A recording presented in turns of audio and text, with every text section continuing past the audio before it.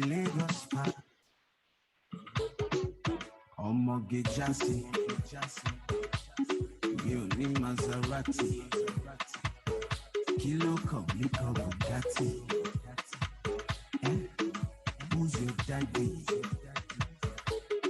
Animole Kappa, Makapa, Timbaka, Makapa, Moma Toju, Matoju, Timbaka, Kilo Sheno, Jeffweko,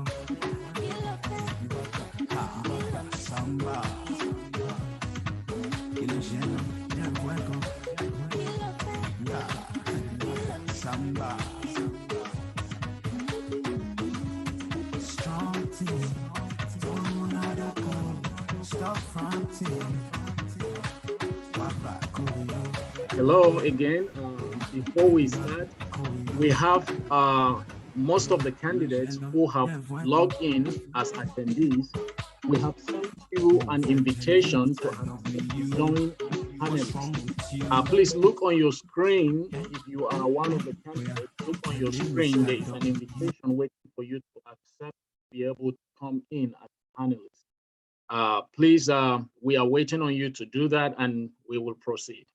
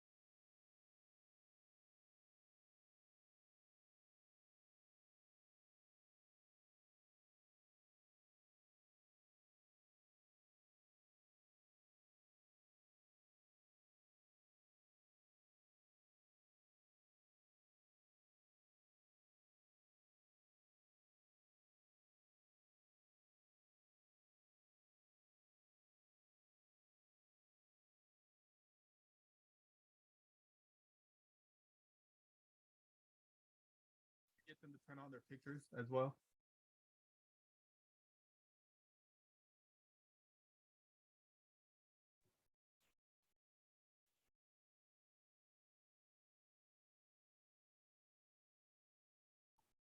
All candidates, please turn on your cameras.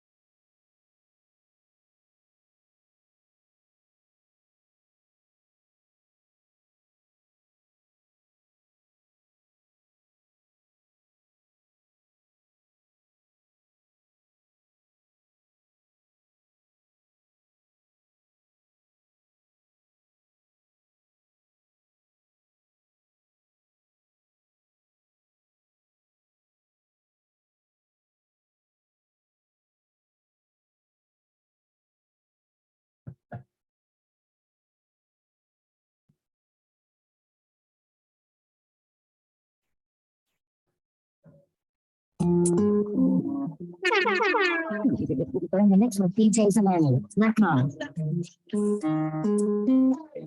Oh yeah, oh yeah, oh yeah, oh yeah, one life, oh yeah, one life, oh yeah, one life, oh yeah, no one. Hello, how you doing? My angel, my one and only, the only one. During the mix with DJ Zamani. Rock on. Hey, My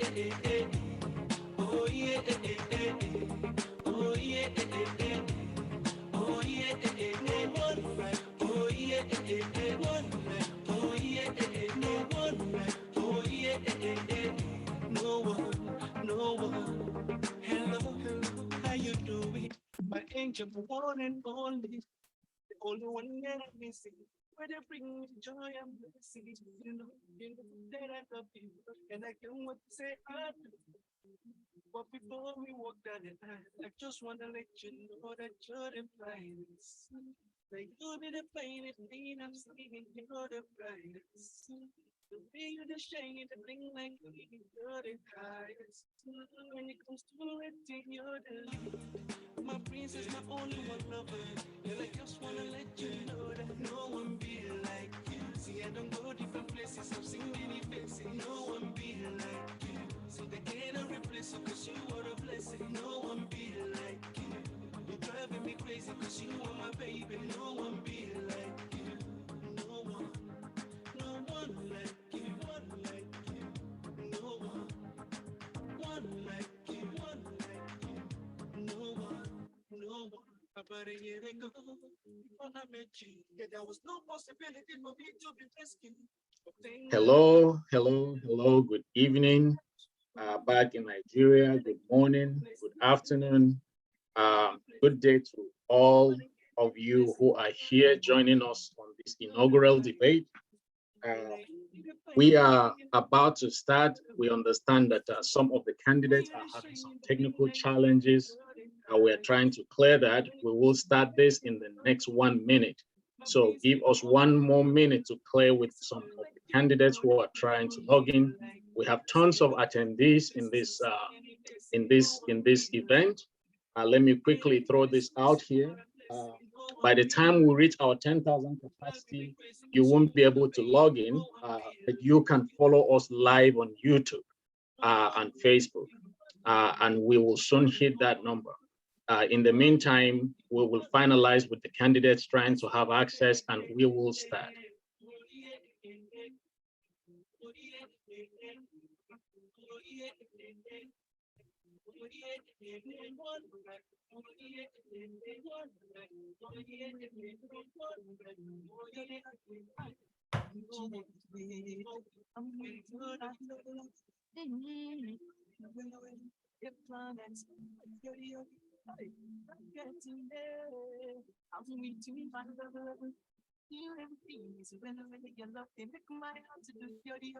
Nobody can love you the way I do. I'm with you, my lover. With you, everything is better when you love. They make my heart to do yoli yoli. Nobody can love you the way I do. I'm with you, my love. Same thing, way they make me feel like say you will be my wife. Now the same thing, whipping they make my friend talk say I lost my time. All right, we are about to start. Once again, I bring you greetings. Good afternoon, good evening, good morning, good day to all our brothers and sisters. This is the Plateau State inaugural debate organized by Plateau State Diaspora Development Association. We want to say thank you for having the time to join us in this inaugural occasion. We are looking forward to a great time with all the participants and especially the candidates who are joining us on this debate. My name is Moses Gachen. I live here in the state of Texas. Originally, I'm from Mangu local government.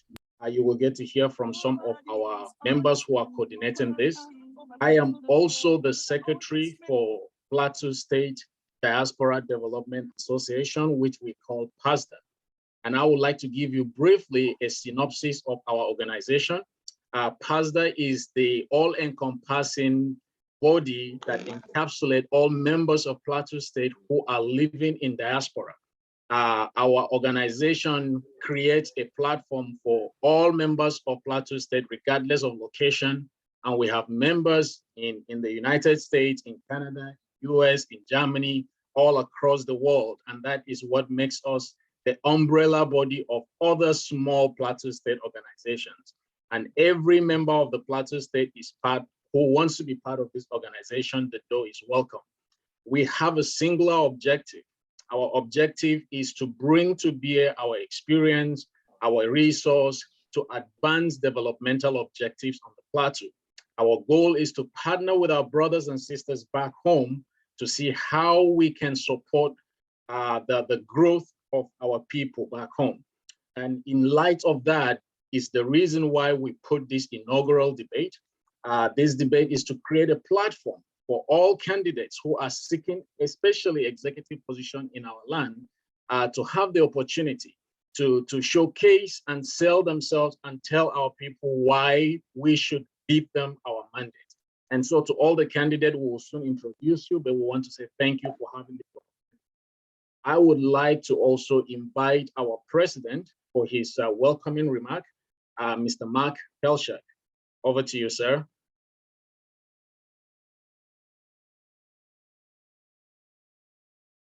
Can you hear me? Can you hear me? Yes. Okay. Let me You can put your volume a little up. turn my volume. Okay. Is that a little better? Better. Okay. Let me. And while Mr. Mark is getting things done, I would like to also encourage all the candidates, please, to turn your camera on. We will be introducing you in a short while, but we will appreciate if you can turn your camera on because you are the reason why we all are here today. So thank you as you do that. Okay. All right, let me turn my feedback back down.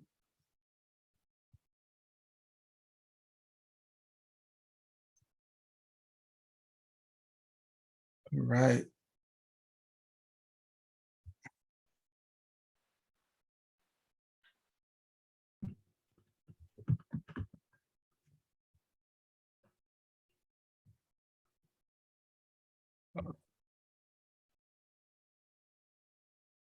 Okay. Let me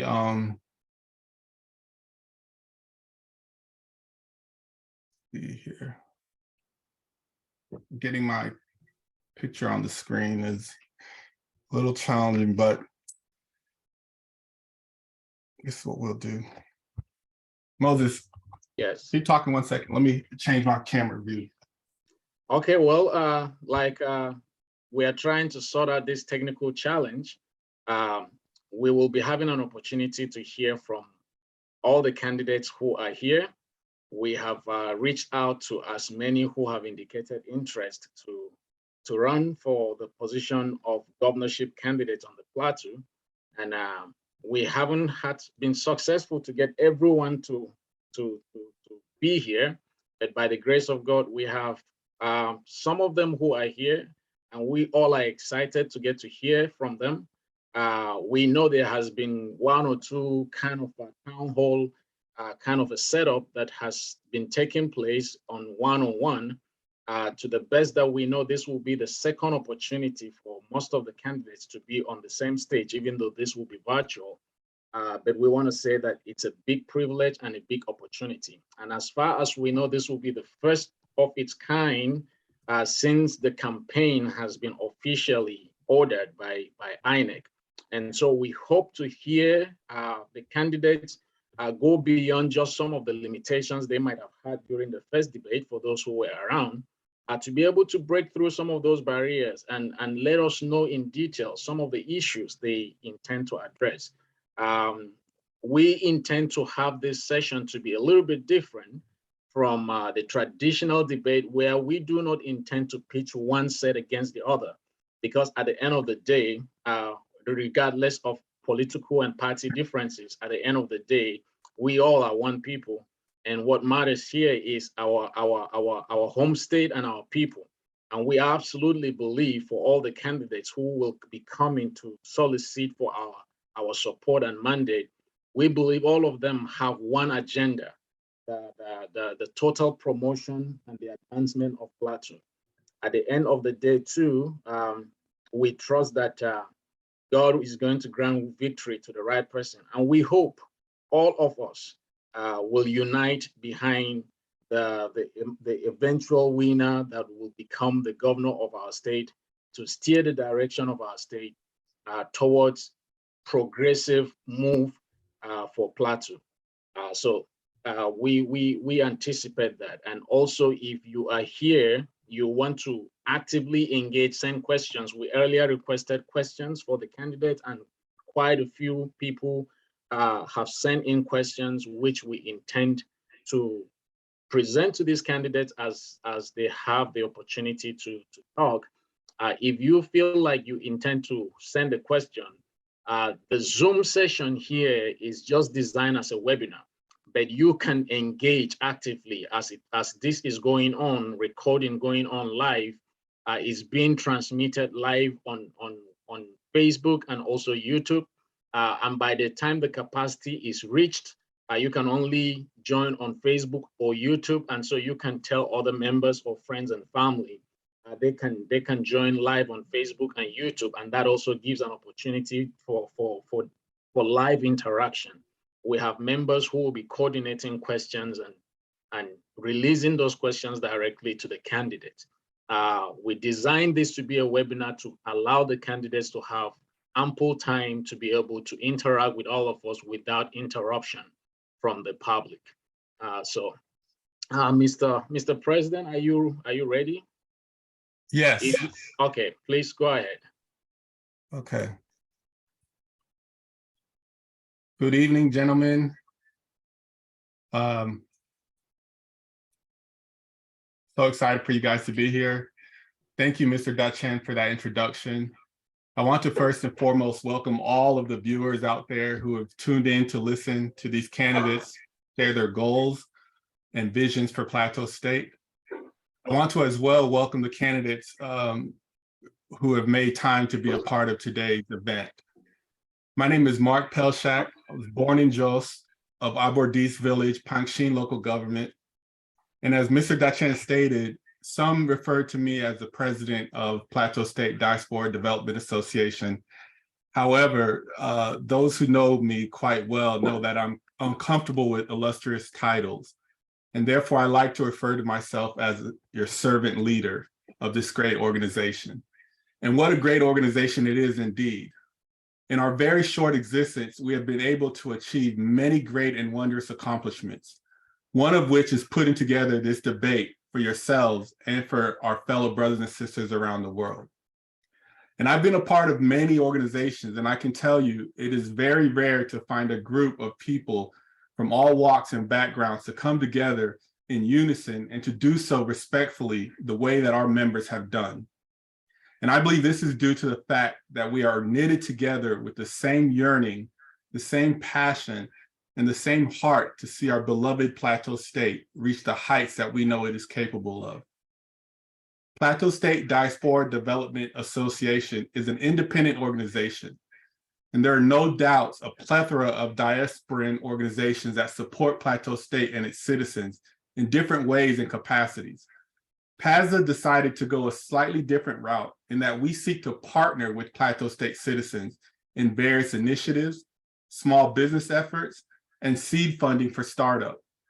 We feel there is no better way to impact change on the plateau than to invest directly in those who are in the best position to bring forth that change, namely those involved in the nitty-gritty of life and survival on the plateau. And so I'd like to take a moment to just play a video for our viewing audience to better explain who we are. So just give me a second while I cue that up.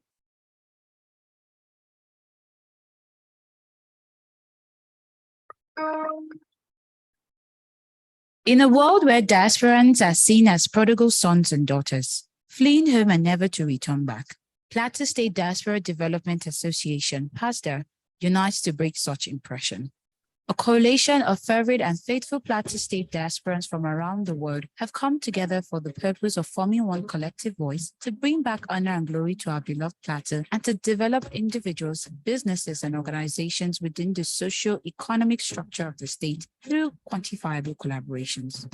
Plateau State is a hotbed for growth and development. We have spent the last few years traveling around the state, meeting with citizens, forming relationships, and learning about the needs of the people. We have come to to realize that there is a serious void for a brass tax support organization that's about doing the essential work of functioning in unison to enact necessary change and empowerment needed in Plateau State. PAZDA is a non-profit organization founded on the idea that we can all make a difference in our Plateau communities and that better living conditions for all are possible when we work in harmony with one another. Our mission is simple: to build partnerships with Plateau State individuals and small businesses on a variety of projects ranging from the advancement of technologies to education, agriculture, fashion and entertainment, cuisines, and lots more. We feel that there is no better person to bring forth change on the plateau than those fully immersed with the day-to-day struggle of what it means to live, work, and survive on the plateau. There is an intrinsic duty imbued upon those in diaspora to bring our resources, experiences, and knowledge together to make Plateau the former beacon of Nigerian society it once was, and that's why we were formed, so that we can be a part of the solution. PAZDA is focused on bringing sustainable change to our community, and we invite you to join us in making that happen for this and future generations to come.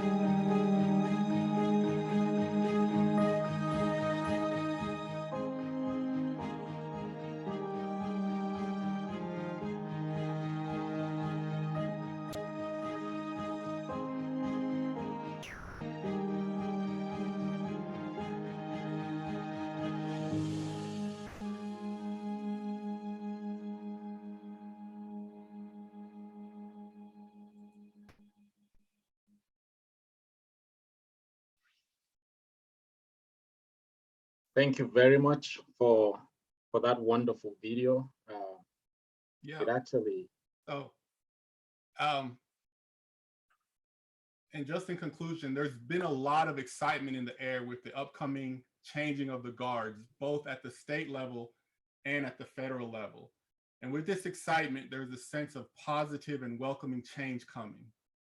One of you gentlemen will assuredly become the next leader of Plateau State. And I think I can speak for all diasporans and plead of you, if you will allow me, that you listen to the voice and the heartbeat of the people and place that which is best for Plateau citizens and for Plateau State first and foremost above all. If you do this, then you will have the full support of diasporans the world over. And together, we will make Plateau State the beacon of Nigerian society that it once was. Thank you, gentlemen. I wish you Godspeed, and let's have a great debate. Thank you, Mr. Pelshak. We'll go ahead straight to introduce the candidates.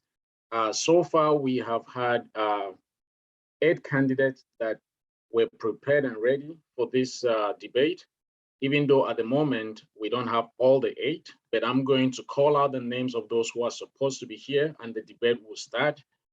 If any of the candidates joins us, we will welcome them and continue with the conversation. And this listing is not in order sequentially or in any kind of arrangement.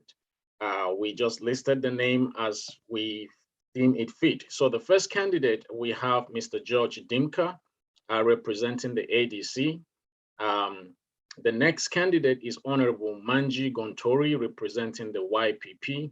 And the next candidate is Mr. Luca Panpe, representing PRP. And then we have Dr. Alfred Dabwan, representing NNPP. And we have Barrister Caleb Mutfwang, representing the PDP. We have Mr. Samuel Abashir, representing the ABGA.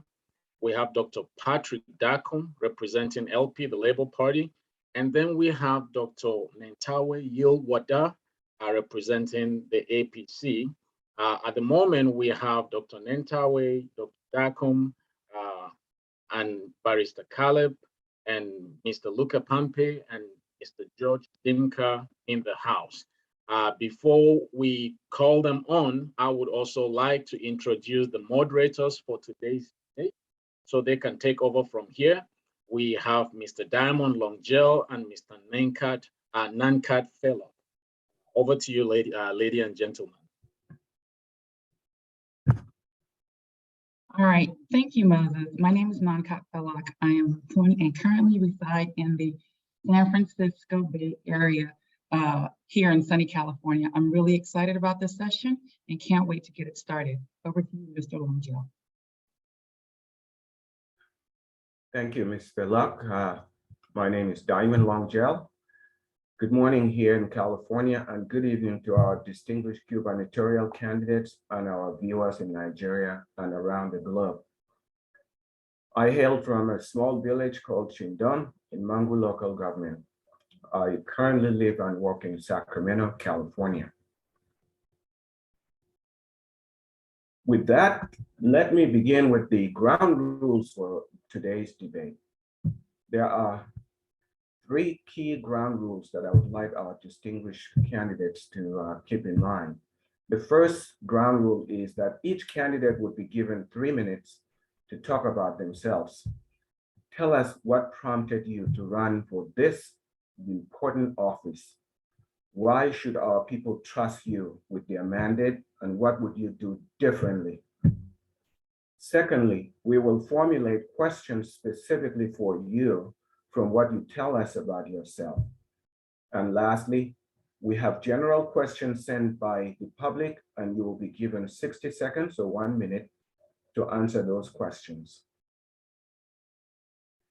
Now, to get us off started, we would like the candidates to introduce themselves and giving us their mission, their mandate, and why.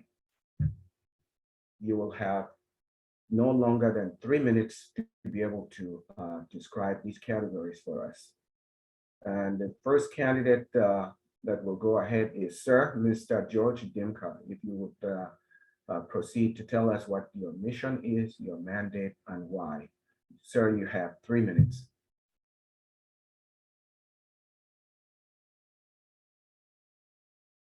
Give me a quick second. Let me get his screen queued up, please.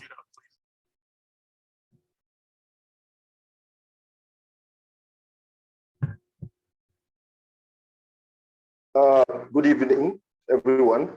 My name is George Dimka, but may I quickly make a correction? My party is not ADC. My party is AAC, African Action Congress. Let me continue. My name is George Dimka. I went to University of Jos, and I'm also a member of the Chartered Institute of Marketing in Nigeria.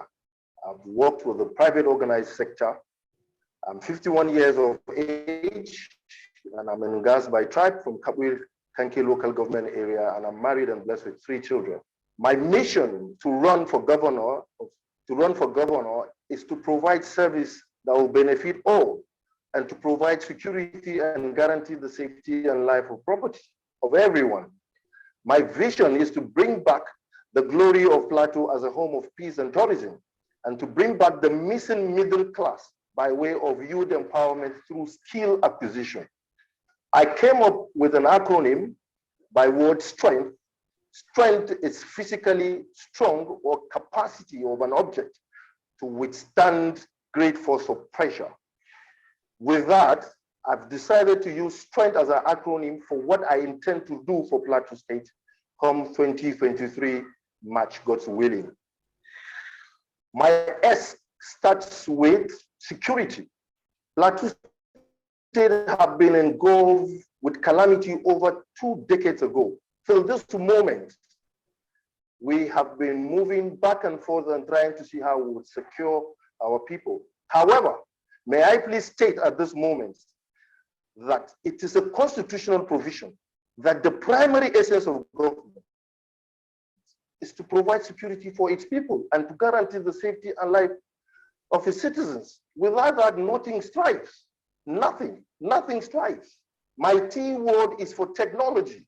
Plateau State has been in an archaic and operating in an old system where files are moved on from table to table. We're going to use our teaming use to move the state into an ICT world where we will cut down the cost of recurrent expenditure because it's expensive buying stationaries. We're going to do that to make sure that the state moves forward and save revenue for ourselves. Plateau State, I will use R as my revenue. Plateau State currently, we know it's indebted to over 200 billion naira. We must intensify how we will generate internally generated revenue so that the state can have monies to run out its programs and its activities. My E stands for education, empowerment, and employment. Presently, we will make sure that primary education is taken to the next level. We will introduce meals in primary schools, introduce accommodations, hostels for tertiary institutions, also provide incentives for our teachers so that teaching jobs will be lucrative. In addition to that, most of my friends, my brothers, my cousins and sisters are beneficiary of the Plateau State Scholarship of those years. My government will reintroduce the scholarship and bursary scheme so that it will alleviate the sufferings of the high inflationary and cost of living of our people. N is our natural resources. Plateau State have so many mineral deposits. For instance, we have in Wasi, where columbite, tin, and so on and so forth are being mined. Chinese are just taking advantage of all of us. There are so many associated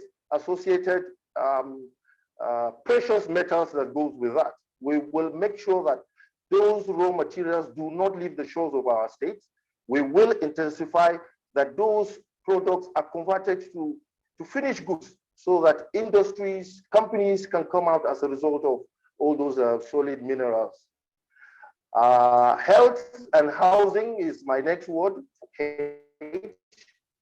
H, we're going to make sure that primary healthcare is taken so seriously at ward, district, and local government levels, with particular emphasis to primary healthcare.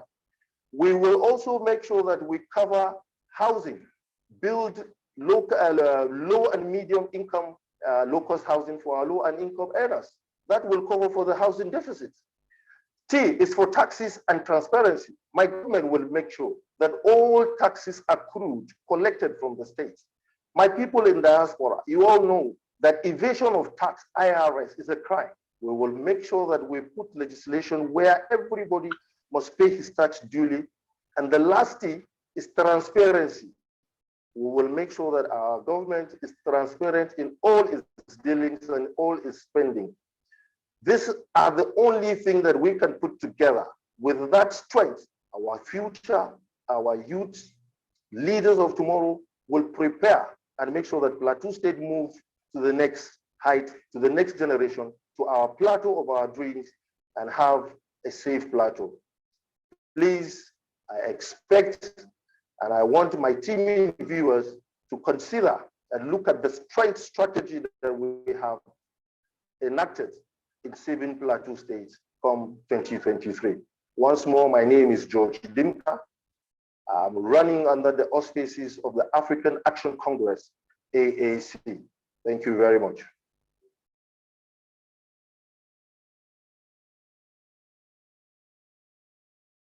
Thank you, Mr. Dimka.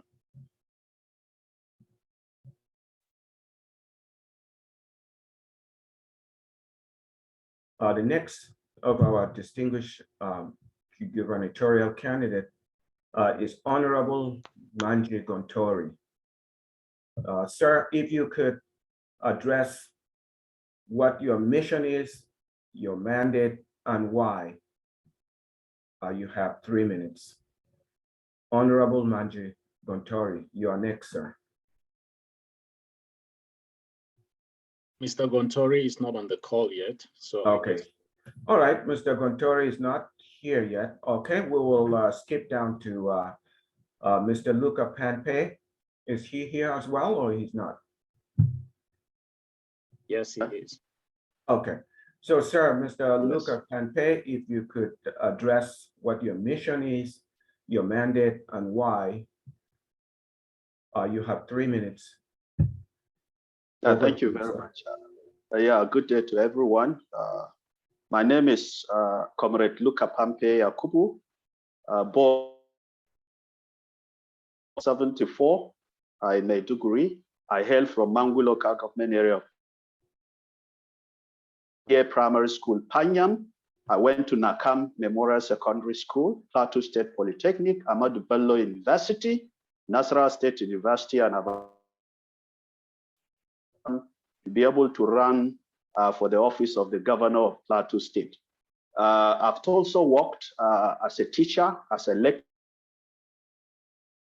sector, as the chief executive officer of a consultancy firm known as Exit Consultancy Limited. Advancement and linkages of the Plateau State Polytechnic, Barkin Ladi. And I've stayed all my life on the Plateau. I have studied quite a number of critical problems that have held Plateau State backward. And one of such things has been a decline in our human capital development. Of course, if you have been following events, you would see that poverty among our people was placed at about 84% in terms of the poverty ratio as of 2018 index from the national, and you narrow it down to Plateau State, according to the United Nations Development Program, about 0.463. And if you look at education too, it has also declined. In research, which was reliably conducted, put Plateau State at literacy level at about 62%, you know, as it were. So if you look at Mr. Panpe, yes, do you mind if you can put your video on? We on the Plateau would like to see your face. I'm sorry to disrupt you. Okay. Let me see.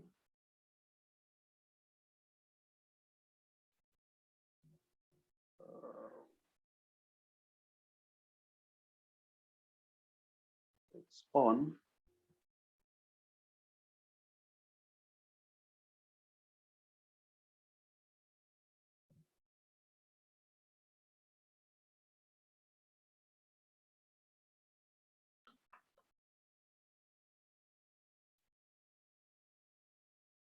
Trying to work on that.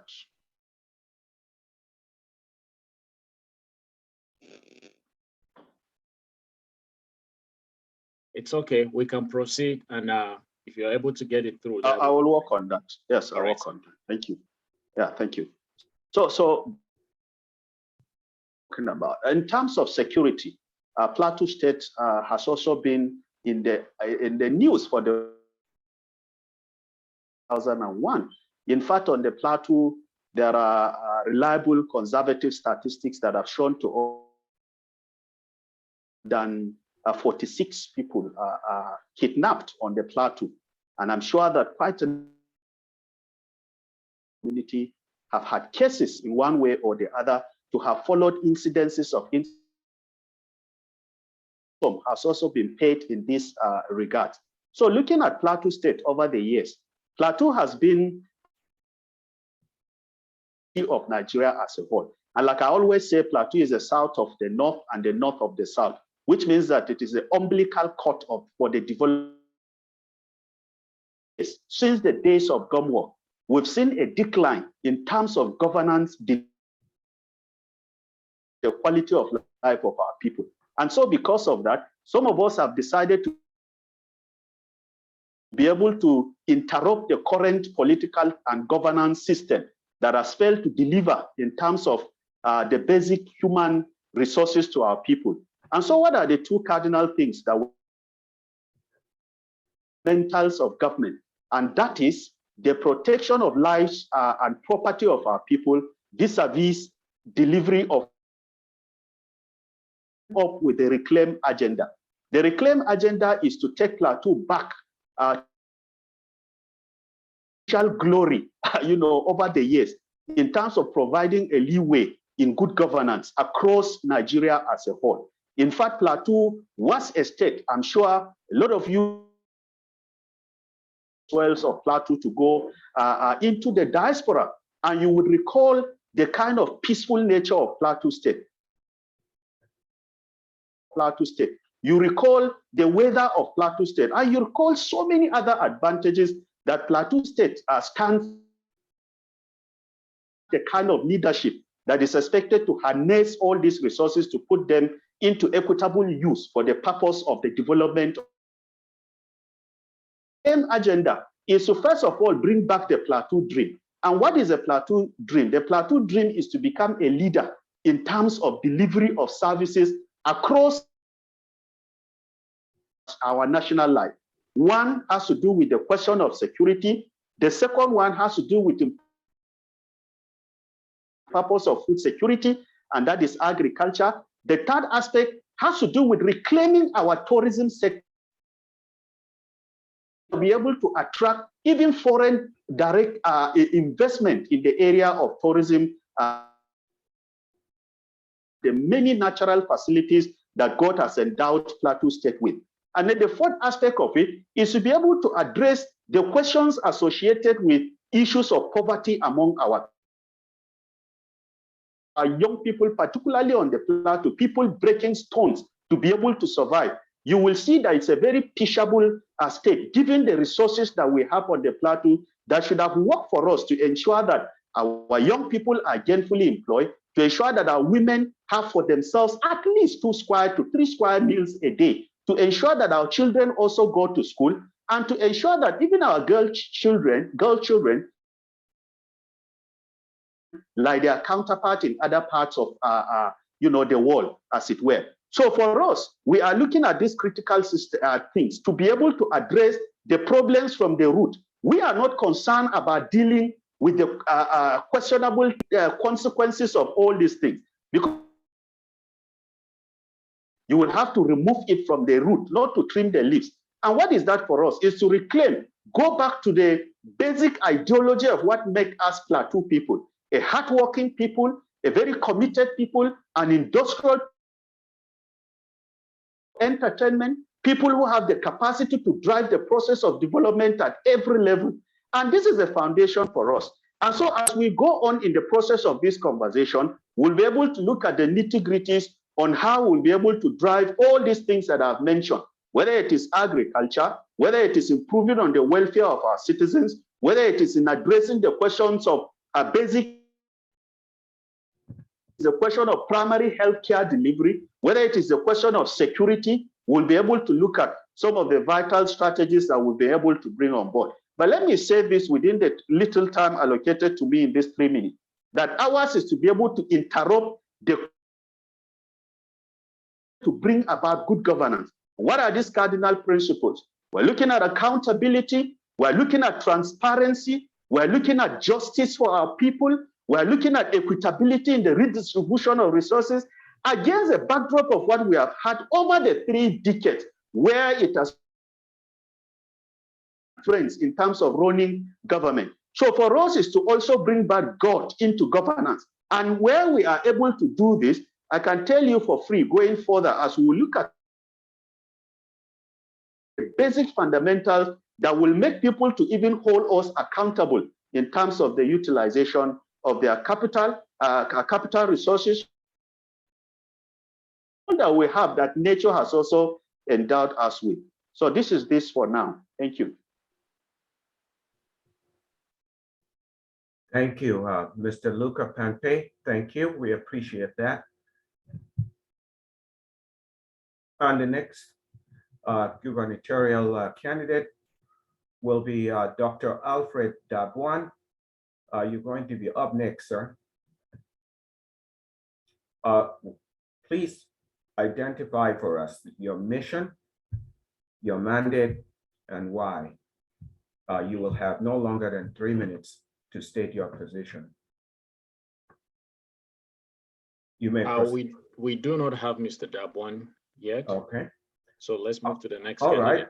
right. We will then move on to Barrister Khaled Mutfwang.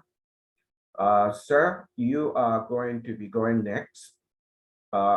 Kindly provide us with your mission, your mandate, as well as why. You will have 3 minutes to state your position. The floor is yours, sir.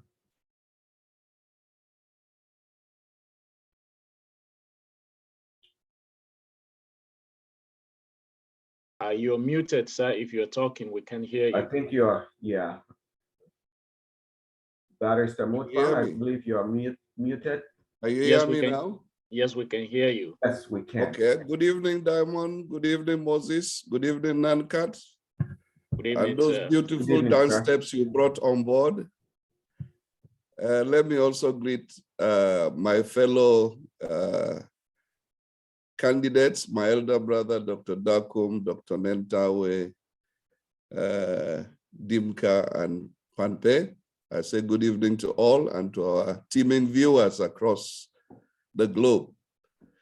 It's a pleasure to be here tonight and to interact with the Plateau community in the US at this time and launch to the entire diaspora.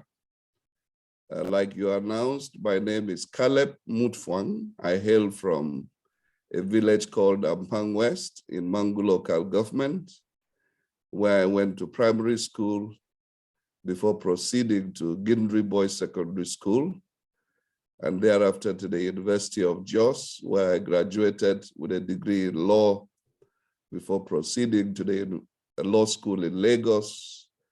NYC took me to Kaduna, where I pitched my tent, set up a law practice, and that's where I've lived until I started coming back home about 2009 to engage in partisan politics. Before then, I had an opportunity to work with Peugeot Automobile Nigeria Limited in its days of glory, where I acted as company secretary for a brief period. Also had the opportunity to be on the board of a few companies here and there, and to participate in some of the activities of the capital market. I've been a corporate solicitor, but in 2009, I fully came back home and attempted to run to the for the election to the House of Reps, which I didn't succeed. And later on, I contested for the chairmanship of Mangu local government, which I won handsomely. And that gave me the opportunity to come into public service and to understand the workings of the public service. Since then, I have remained in active partisan politics, and I'm the candidate of the People's Democratic Party for the 2023 governorship elections. Time and space would not allow us to say much, but let me say that I have come in with a burden that Plateau will attain its potentials in the Committee of States in Nigeria. I've come with a burden that Plateau ought not to be where it is today. I've come in with a burden that we can make Plateau to truly become a plateau among states. Therefore, my vision, my burden is encapsulated in two words: peace and prosperity. Peace, when we break it down and expand it further, would deal with the issues of security. And I've often said that for me, security is not the presence of soldiers and policemen. It's actually the absence of conflict, the reduction in conflict. And therefore, we must explore ways and means of making sure that we reduce all the conflict areas so that our people can live in peace and bring their collective energies to be able to advance the cause of the state. Our diversity ought to be an advantage, not a burden, not a disadvantage. And therefore, we will be able to deal with both the internal contradictions, internal fault lines, as well as the external aggression that has threatened the existence of our people over the last couple of years. We would be strong by the grace of God on the rule of law. We'll also be focused on justice and equity. We want to be able to make sure that people can trust government and governance again. At this moment in time, I will tell you that there is a trust deficit between the people and government. We must be able to restore that confidence that government can be trusted. So what do we bring on board? We bring leadership by the grace of God. Leadership is key in energizing every segment of our lives. So we'll be providing leadership to be able to ensure that Plateau regains its rightful name as the home of peace on the one hand. Prosperity on the other hand encapsulates all the other dimensions of our lives, whether health, whether education. We want to see those sectors prosper again. We want to see our educational sector prosper. We want to see our health sector prosper. We want to see our economic life visited with prosperity. We do not have a reason to be poor on the plateau if we harness all the God-given resources that we have been blessed with. Our weather, our land, they are all assets that God has given us, and we must turn them into wealth for the benefit and future of our people. And our focus will be on the young people particularly, because we must give them a future and a hope. And particularly also we must look at how to empower women folk and ensure that we improve their capacity for productivity. So we'll be looking at all facets of our lives, both the social aspects, the economic aspects, and when we come into the economy, of course, we'll be looking at agriculture, particularly how to be able to change our concept of agriculture from peasant farming to business agriculture. We'll be looking at how to expand the value chain. We'll be looking at how to move from rain-fed agriculture to all year-round farming, including irrigation. We'll be looking at how to prosper that sector from the method of farming to the kind of products that we produce, to the kind of marketing strategies we deploy. So we'll be resource leveraging on some of the existing institutions and making sure that they work better and bring them to global standards. We'll be looking at how to improve our environment and make sure that our environment is well maintained. We will turn waste to wealth and ensure that we deliver, we make Plateau attractive again. Our desire will be that we'll make Plateau attractive, that one of our main points of economic activity will be tourism. When there is peace, when there is prosperity, people would love to come to Plateau naturally. And our aim and our objective will be how to make Plateau to become attractive again to the global world. And I'm sure that we have the capacity to achieve this. And by the grace of God, these are the things we'll be pursuing in a nutshell. Thank you. Thank you, Barrister Khaled Mutfwang. We appreciate your statements. Next distinguished gubernatorial candidate is Mr. Samuel Abashe. I'm not sure if he's here.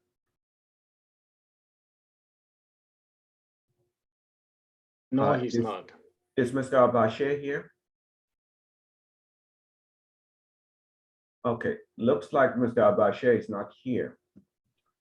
With that, we're going to move down to distinguished gubernatorial candidate, Dr. Patrick Dakum.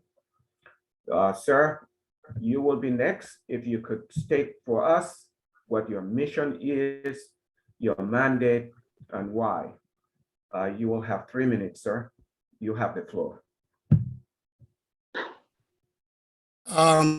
Thank you very much, Moses, and then of course Nankat Longjel, and Pelshak. I'm sure you're somewhere, I can see you there, but let me bring greetings to you also. I didn't know you had grown that much beards in these past few days, Khaled. So it's nice to see your new look.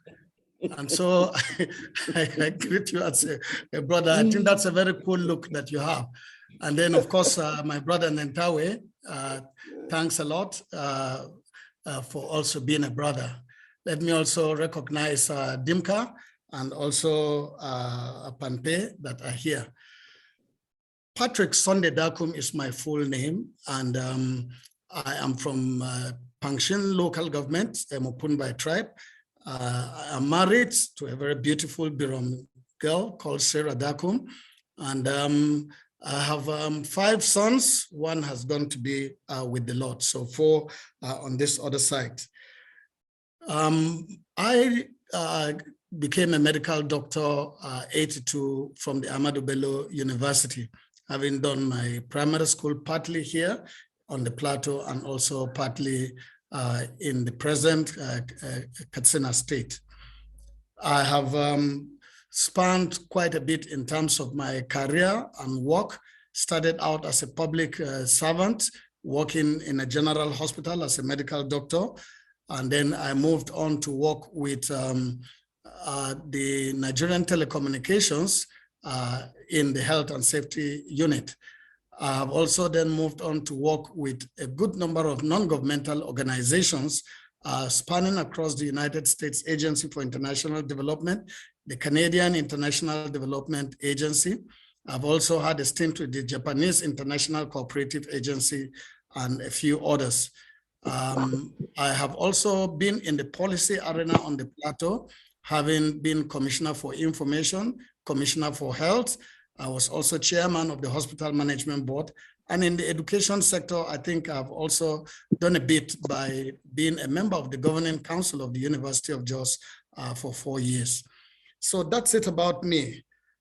If you have walked the streets of Plateau and gone down to the villages, which is something I have done in the past couple of years recently to appraise myself of what is really there and whether I should go on in this project or not, you will conclude on the fact that if you do have compassion, then you have no, you don't have a choice but to be interested in what happens to our Commonwealth.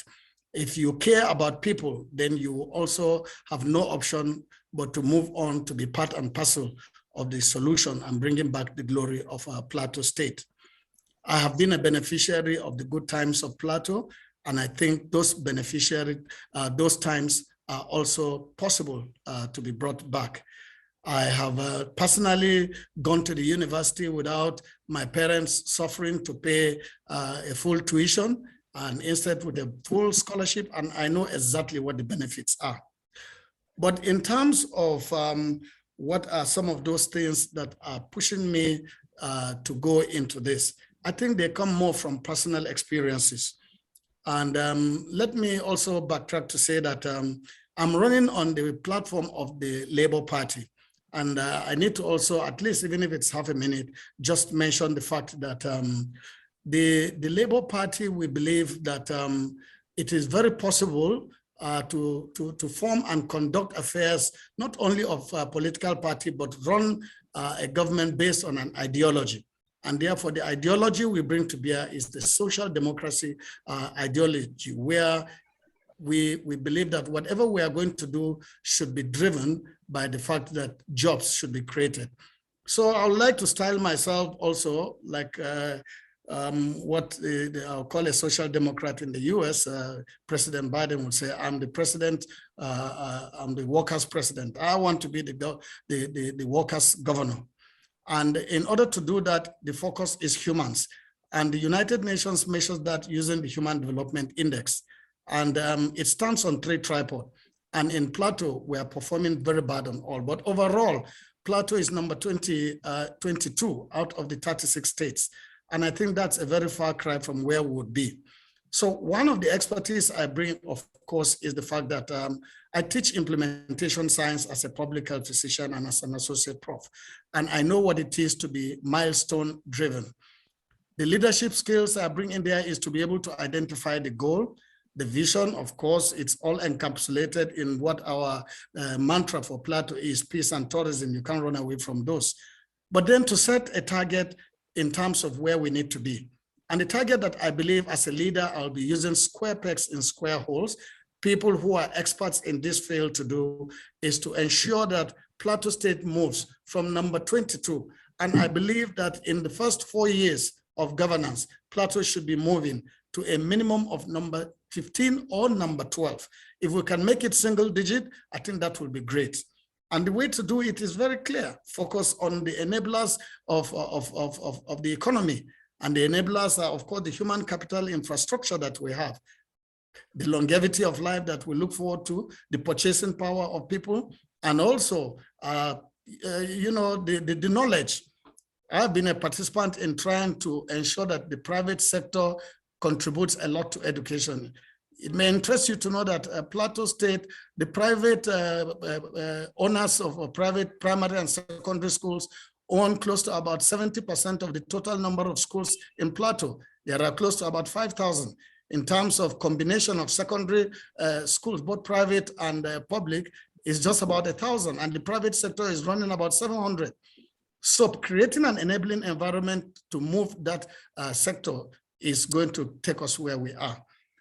Let me also say that if we are really going to drive the economy of this state, like another presenter has mentioned, we cannot run away from agri-tourism and mining.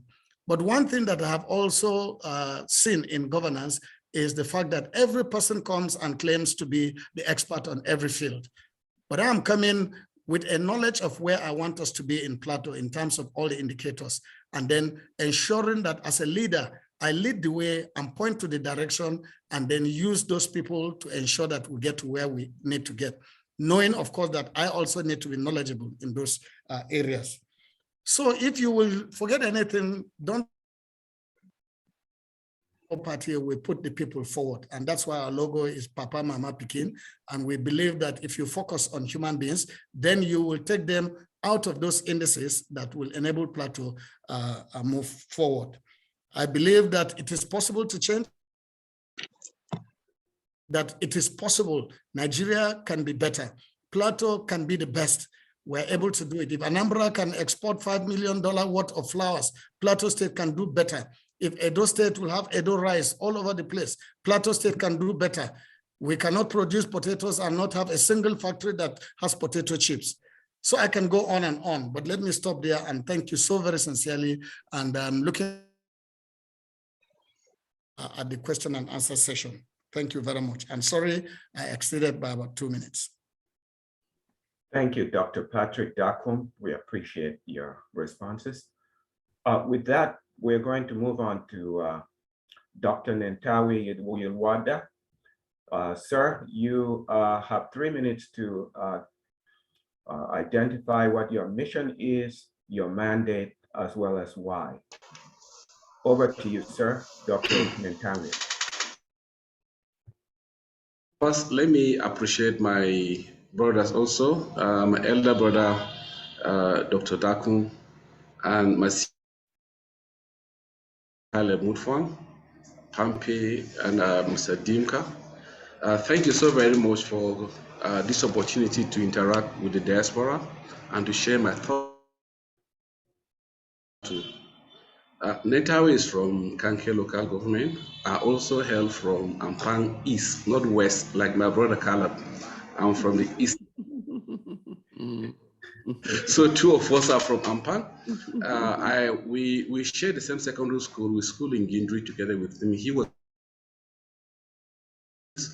I went on to school to study engineering. I'm presently a professor of engineering and computer engineering to be specific.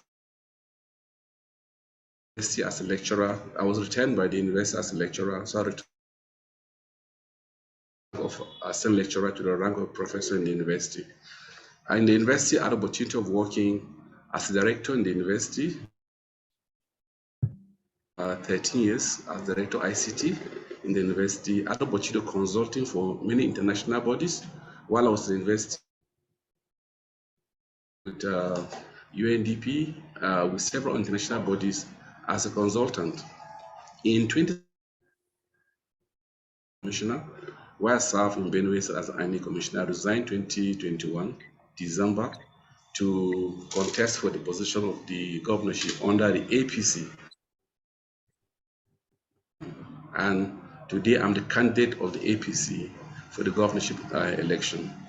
I grew up in the rural community because my father happened to be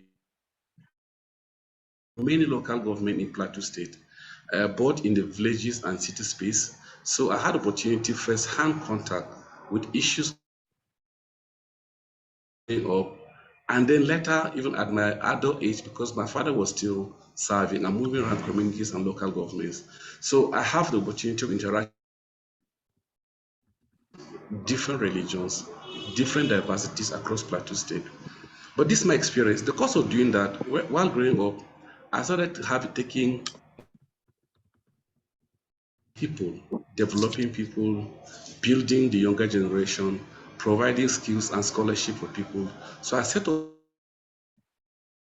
around our communities. I set up some other support system for farmers. I have corporations that will provide services for people. But in the course of doing that, I felt being a governor will give me a bigger platform so that I can serve the people better and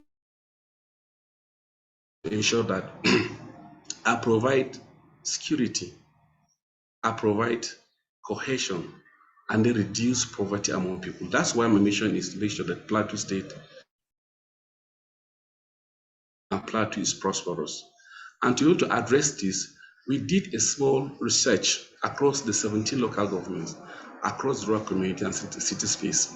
And these are our findings. Our findings, people demanded topmost is the issue of security. Second to it is the issue of poverty reduction. Third to it is that our regional sentiments can be reduced so that Plateau can be more cohesive. And to address this, which I call the access agenda of ACEES, agriculture, economic, youth and gender empowerment, education, and security. On the issue of security, like I keep on saying, key fundamental issues with our security. Number one is the number of manpower that we require to cover the space that required as all the attacks in our communities and in rural communities, our security are in the city centers. Number three, the issue of funding. Number four, the people coming to kill our people in the rural communities, the bandits coming to invade all the most of the attacks in the rural communities. Equipment. So they come with night vision goggles, they come with laser torchlight, and that makes it easier for them to eliminate our people without being tracked. And all Plateau and Bauchi, Plateau and Kaduna, Plateau and Taraba. We have problem with our boundary with this. So if we come in, we need to add agenda, which in the question answers I will try to address that. In the issue of agriculture is hanging fruit for Plateau State, which we've identified issues that we need to address. Issues of improved seeds, farmers, other farm inputs, then having farmers who farm 3 times in the year for the farmers, because most times the farmers don't have who can offtake costs, so that middlemen make the profit on behalf of the farmers. And the issue of empowerment, the poverty, we grew from 11% in 1999 to 55% so we need to reduce the poverty rate and to address most people involved in this are people who of our electorate, people within the age of 18 and 40, they form over 70% of our electorate, and most of them are unemployed, but they have the least of the economic impact on them. So what do we intend to do? We intend to set aside 10% of the IGR of the state for youths of the Plateau, so that their innovation, their creativity can be converted into wealth. They can get funding from that trust fund to ensure that this, when they can go into agriculture, we build the issue, the complete value chains in systems that are required for us to have economic prosperity in the state. The rest, the education will focus on technical education, creating more skills, because skills is actually the future. People are dropping certificates, and we'll make sure that we have more technical curriculum. Do need assessment of the whole education system. In the last 20 years, we have employed less, and the teachers have retired are over 8,000 within that period. So teachers have been employed. We need to recruit more teachers. We need to equip our laboratories. We need to retrain our teachers. We need to bring monitoring and evaluation So we can bring trust back to the education system. And then last but not the least is these 5-point agendas. We were able to do them. Then we will know that we'll be able to get the state and the state prosperous. Thank you. Thank you very much, Dr. Nentawe. Thank you very much for your statement. And with that, I have the distinct pleasure of asking the first question to our first distinguished candidate, Mr. George Dimka. The first question is in the category of agriculture, and you have 2 minutes to answer the question. The question here is, considering that Nigeria has been richly blessed by God in terms of agriculture, what is your plan for agriculture, for the agricultural future of Plateau State? And sir, you have 3 minutes to respond to this question.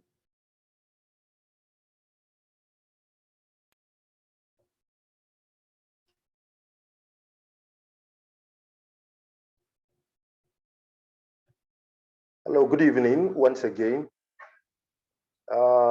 Unfortunately, as the first speaker, I was rushing to meet up to my 3 minutes time, unlike my other fellow candidates who had more than that time.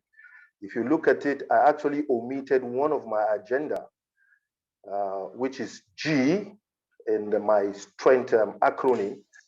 I would go back to that briefly. My G stands for goods and services, which such as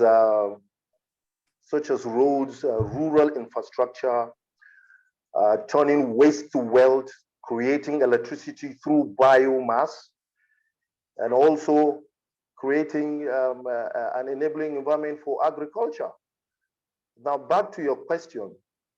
The program and the plans we have for agriculture is revamping the Plateau Agricultural Development Program, the PADP.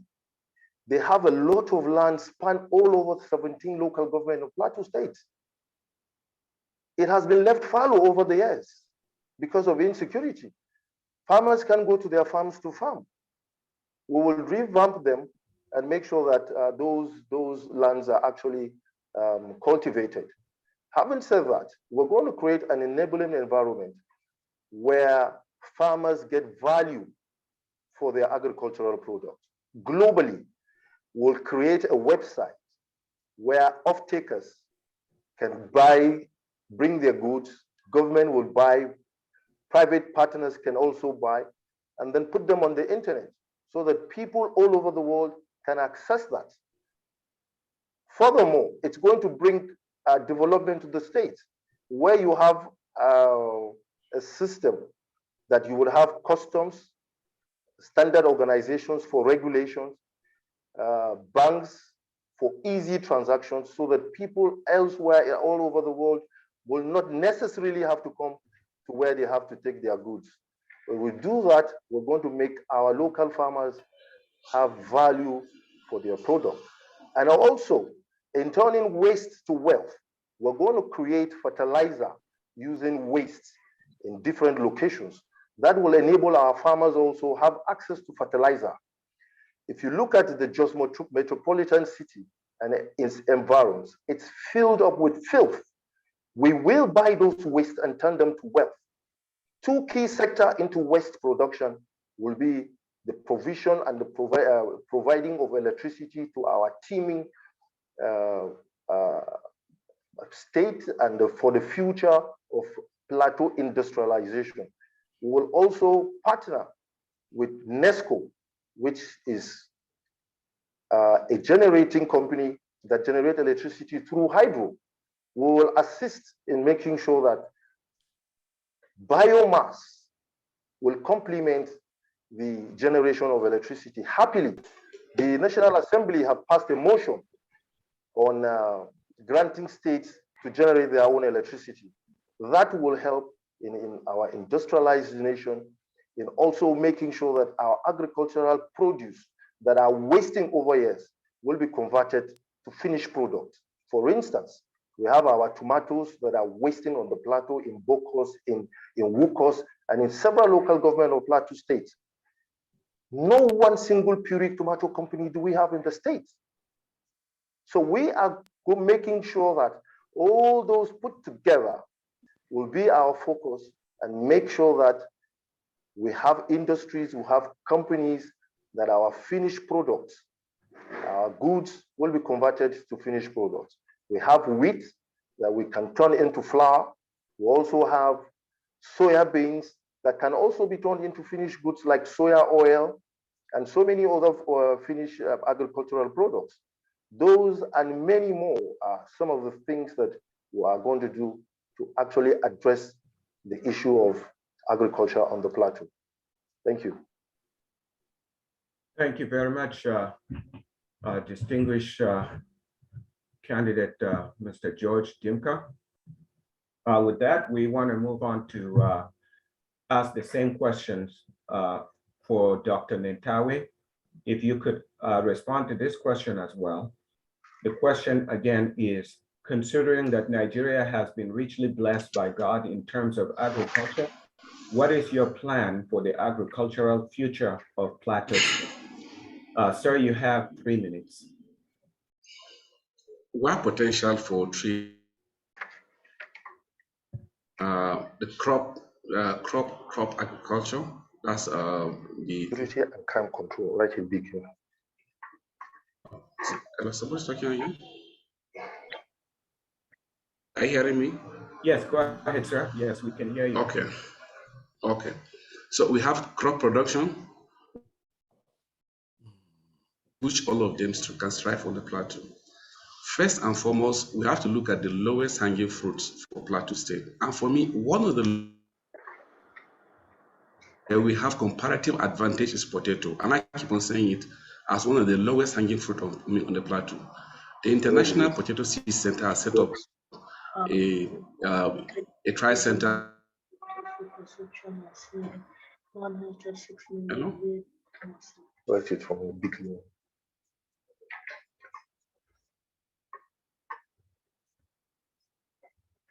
Hello? Yes, sir. You can proceed. Yes, we can hear you. It's like interference coming in from somewhere. Yeah.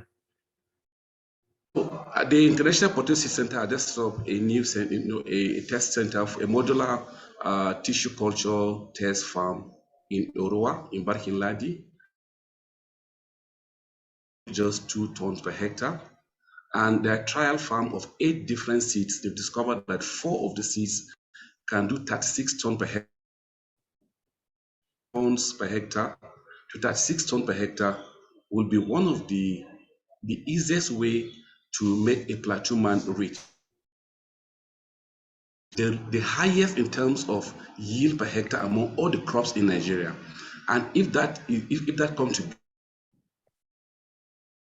into it by providing head dams, by providing so then the seed for farmers and ensuring that they farm 3 times in a year, so that an average farmer 90 tons per hectare in a year if he farms 3 times in a year, with the average rate of the price of potato at about 500 naira per kg, and then he put about 40 million naira per annum from it. And before he dug the cost of production input, that will make our farmers easier to become richer. And that will give opportunity to also export, because over 30% of potato consumed in Nigeria is imported from Netherlands. That will reduce production, and that will increase production, that will increase profit, that will farmers into cooperative, that will make the government richer because we aggregate into and tax them also. Secondly is the issue of fishery. And the fish farm in Bokos has been discovered that it has the alkaline to produce the best fish for cod liver oil.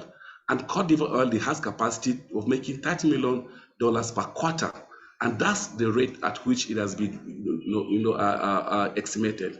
That will make that fish farm alone and selected animal production can help Plateau State to ensure that we get the best out of agriculture. But because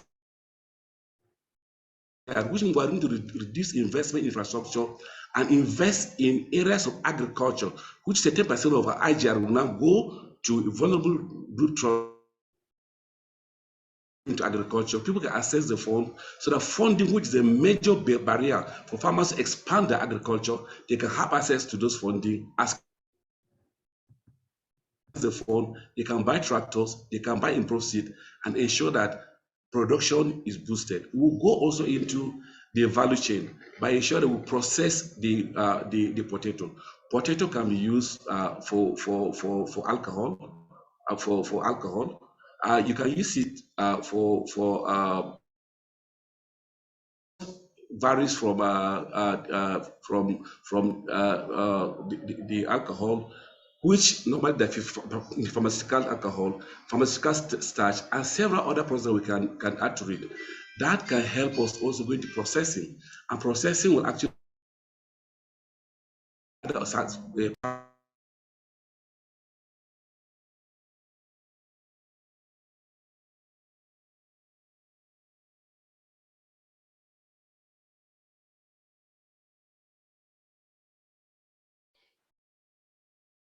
Dr. Nentawe, we have your line muted. Can you unmute yourself, please? Hello, are you hearing me now? Yes, we can hear you now. Okay. I don't know where I stopped because I don't know when I was muted. All right, you can continue on your point. You talked about the last point where you process a potato into alcohol, and you got muted there. Yes. Not sure if, so you can Yes, pick up from I there. said, yeah, we said we can process it into pharmaceutical starch, pharmaceutical alcohol. We can also starch for consumption, and that there's currently all the potato powder which is being given to diabetic patients. Potato is produced from jaws. So these are things that we can do at the lowest level. And the fact that we have a trust fund, people can access this trust fund and get a matching grant from Bank of Industry and sell the small scale industries to process agricultural products, varying from acha and different other crops that we have. Fishing, cod liver oil, we have comparative advantage from the comparative advantage, and several other crops like potato are comparative advantage. These are crops that nobody across Nigeria can of price control, in terms of profit margin we can make, in terms of also creating wealth among our people. That will reduce poverty in the state. That will increase the IGR of the state and make sure the value of all these products give value to governance also. Thank you, and God bless you.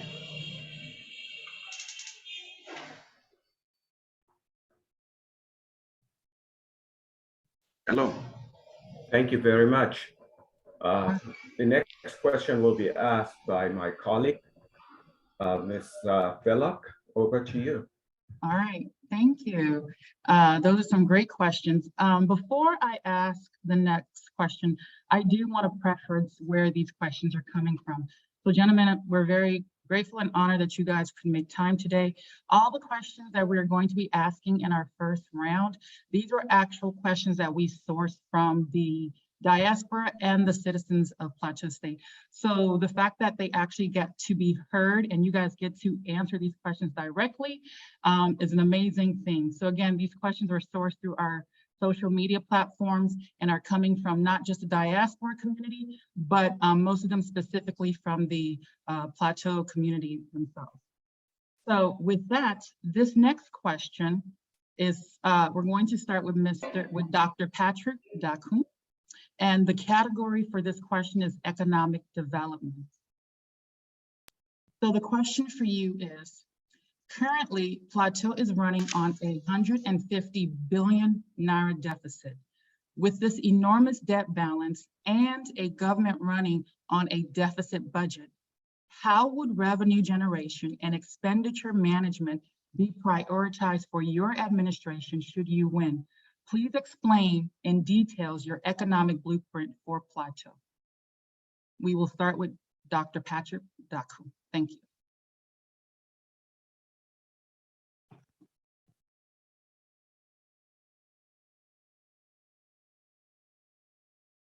Thank you very much. Like I did say earlier on, when you look at the pillar economy, is definitely a very key aspect, in the sense that the purchasing power of individuals improved, then we're not going to be able to move forward. I think when you talk about the economic drivers, and part of what we have mentioned is looking at the key economic drivers, and that is agriculture, tourism, and mining. And there are tons of related to that. But I think once those revenues begin to go up, one of the things that we can do across the ministries, departments, and agencies, the tax registration rates. I'm not talking about pushing tax up, but ensuring that collectible taxes are collected. That is bringing more people into and streamlining payment options for people. The issue of our land registration and streamlining those processes where you can get it without seamless is going to push our revenue. Transparency that cuts across all the government agencies by ensuring that people know exactly what to pay for what. One time I was discussing with proprietors of things that they said to me was a barrier to whatever they were doing, was the issue of multiple taxation, including for people who are running schools. And I think those kind of multiple taxation creates a problem. If that will ensure that the trader in the market is not approached by multiple people to collect money. 2 days back, I was in a discussion with the market that, look, we want to improve on the revenue of the state. Where is the money coming from? Of course, they said that if you go to the banks, the majority of the money that is coming into the banks in Plateau State, I would say by individuals, close to about sector. And I was surprised. I said, mining sector, what do you mean? He said, yeah, individuals that are coming to pay, you will see that people are bringing it from the mining sector. So for me, very, very key area where we need to work, first of all, on streamlining policies. If you look at the way minerals are mined now, it applies to a number of states also, but in Plateau, and let me give an example with my own, in my village called Garnet. And we approached the Ministry of Mines in order to begin to also benefit from this. First of all, prospecting license there. I said, so? They said, well, yeah, so you cannot touch it. And who is it that had the prospecting license? It's some fellow called Alaji Kalambu, who, stays on and off in just sometimes not. So that's just one example. If you go across all the mines that our people are suffering and just getting peanuts, just streamlining all of that and ensuring that, one, we improve the licenses that are given for prospecting have, agreements in them that will enable the local people benefit and government to benefit. All the revenue that almost 90% doesn't go to government benefits, zero from it. So I think that is one area also of ensuring that we streamline our revenue and make it. One of the areas that we keep talking about is tourism, and the scope of tourism. Artists were with me this morning, and I was asking them, why did you come to Jos? Because one of them was from Kaduna State. He said, to think, the ability to be innovative and come up with ideas is just like a natural phenomenon. So all talent development and identifying them and marketing them. Once upon a time, the exporter of athletes when it comes to long distance race. Now our sports is way down. If you look at the entertainment industry, a lot of artists are from this place. Some people that are very interested and want to go in, but the environment in terms of how they will also, develop their talent is absent. Agritourism and mining. The enablers, of course, is heavy infrastructural, human. You are going to be able to block loopholes by ensuring transparency in government. And that's youth and women, then you'll always get it right. And when we are talking about economy here, in the ICT global economy that is rapidly developing, people now are working here and earning money in foreign currency, or working here and appropriate training and appropriate environment for it. Lastly, let me mention that funding, when we talk about the agri sector and trying to push it very far, to call the development sector, that has been focused on trying to provide capital injection into states in the area of wheat production. I took time to visit the farm, discuss with the people where their challenges were. The greatest challenge,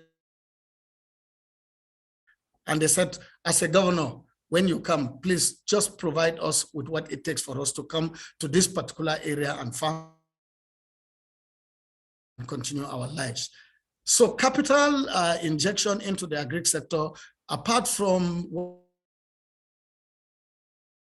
internationally with multilateral and bilateral agencies, you also locally here will be able to get a lot of capital injection that will enable you drive the economy. So I think for me, these are the broad, more stepwise details as we move on. I want to thank you so much for that very comprehensive and elaborate answer. So thank you. Follow up to this same question is Mr. Barrister Khalid Mutfwang.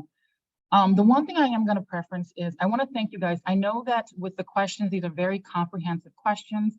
So very, very complex questions that are going to require very comprehensive and complex answer to them. We also want to make sure that we are sticking to time. So our time for this first round of questions for answering it is 3 minutes. So Barrister Khalid Mutfwang, if you can go ahead and answer the question, I am going to repeat the question for you. Currently, Plateau is running on a 150 billion naira deficit. With this enormous debt balance and a government running on a deficit budget, how would revenue generation and expenditure management be prioritized for your administration should you win? Please explain in detail your economic blueprint for Plateau. But before you answer that question, I am going to ask you to, can you pronounce your last name again? I'm from Plateau, but I have probably one of the most American accents, and I've been trying to get that name. So if you don't mind just indulging me with pronunciation, because I'm a stickler for that. Thank you, Nanka. I would have asked you to go for tutorials with Diamond and Moses. But let me say it, the name is Mutfwang. 2 syllables. Mutfwang. Okay. We actually did tutorials. We actually did tutorials, sir. I was Googling, I was trying to find audio. So that's all right. Thank yes, you. Straight to your question. Actually, our debt burden that we know now is over 150 billion. We know about 150 billion in Naira. We know another $36 million. And I'm pretty sure that by May 29, 2023, it would have grown beyond the 200 billion Naira mark. That means that anybody becoming governor in 2023 is planning to start from ground zero.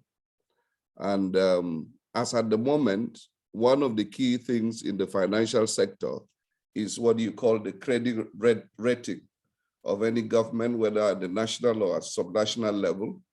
And our credit rating on the plateau at the moment is negative.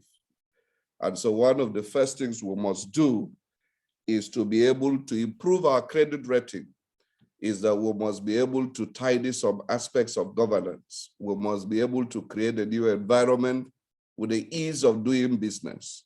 We must be able to embark on reforms that will give investors and creditors confidence that they can still do business with us.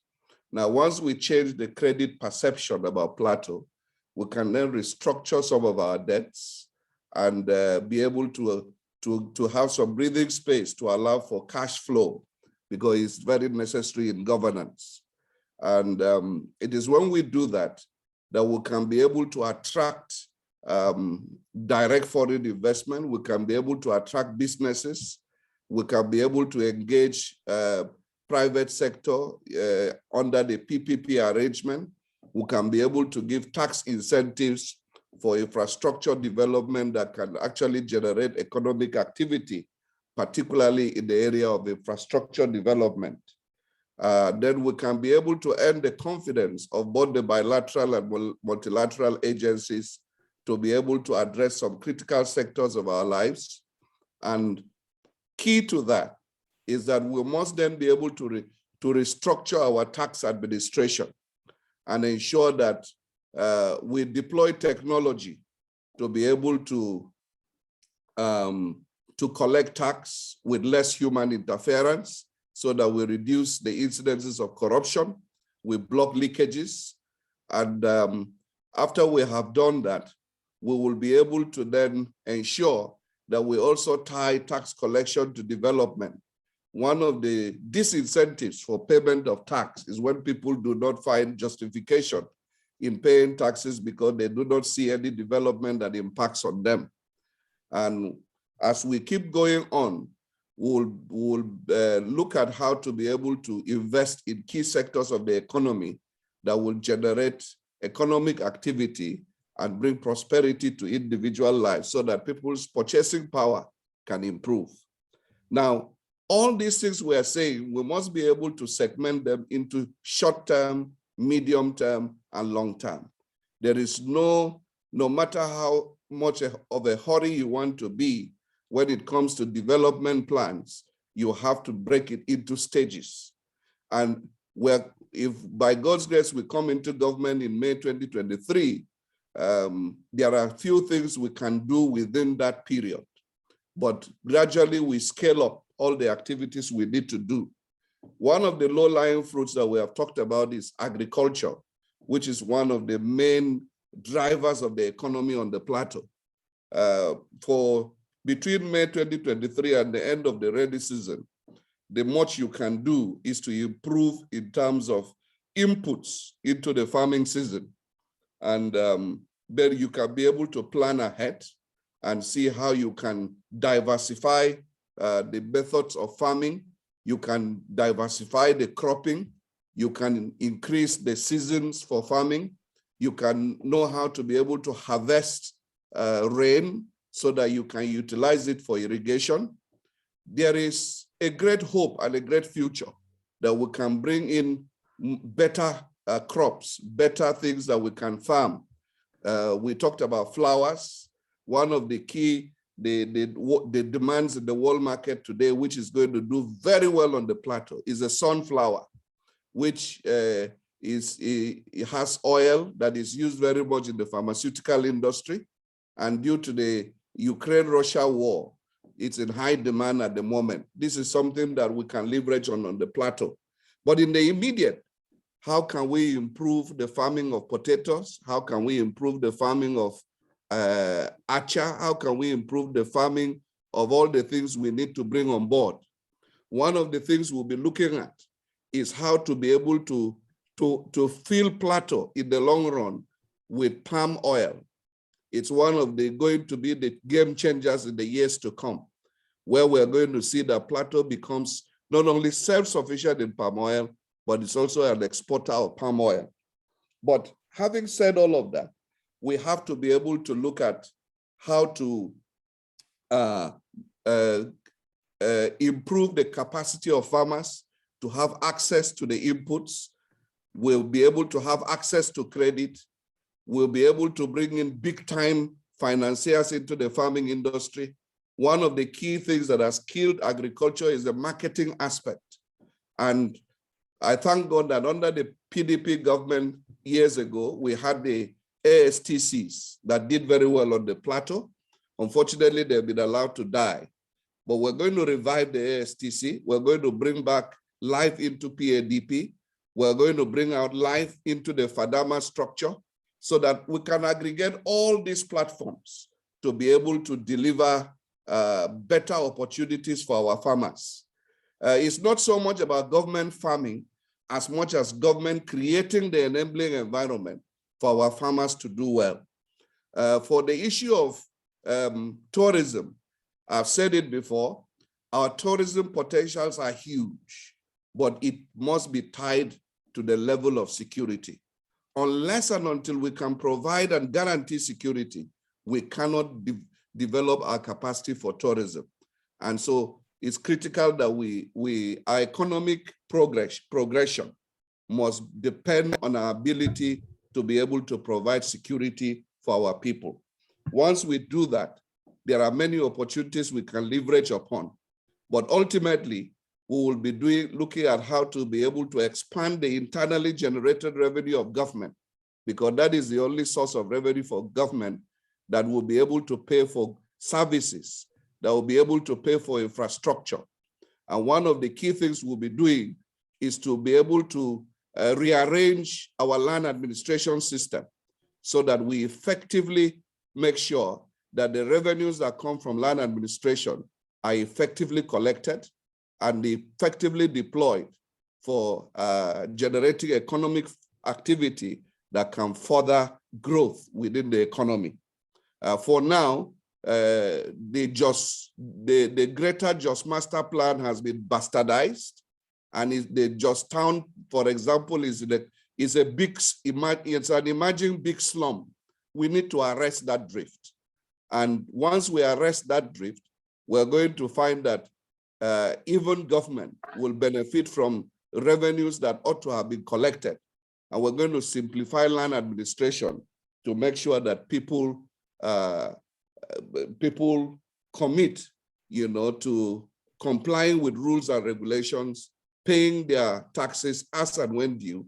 And I'm sure when we do that, we'll see a great improvement in government revenue, and we'll be able to deploy that improvement into kickstarting economic activity in key sectors of our state life.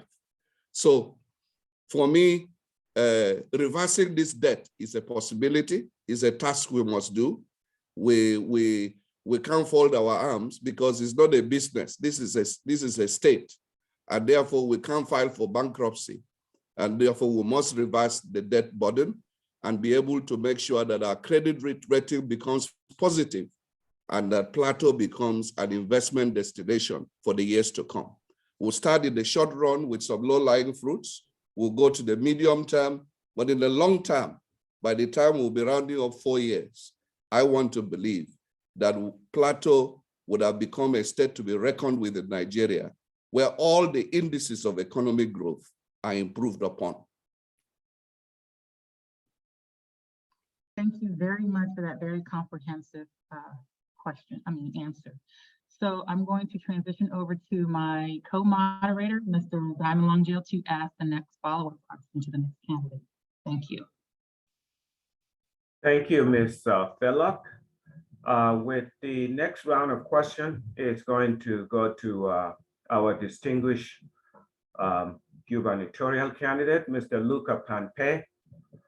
And the category in this questioning is on healthcare.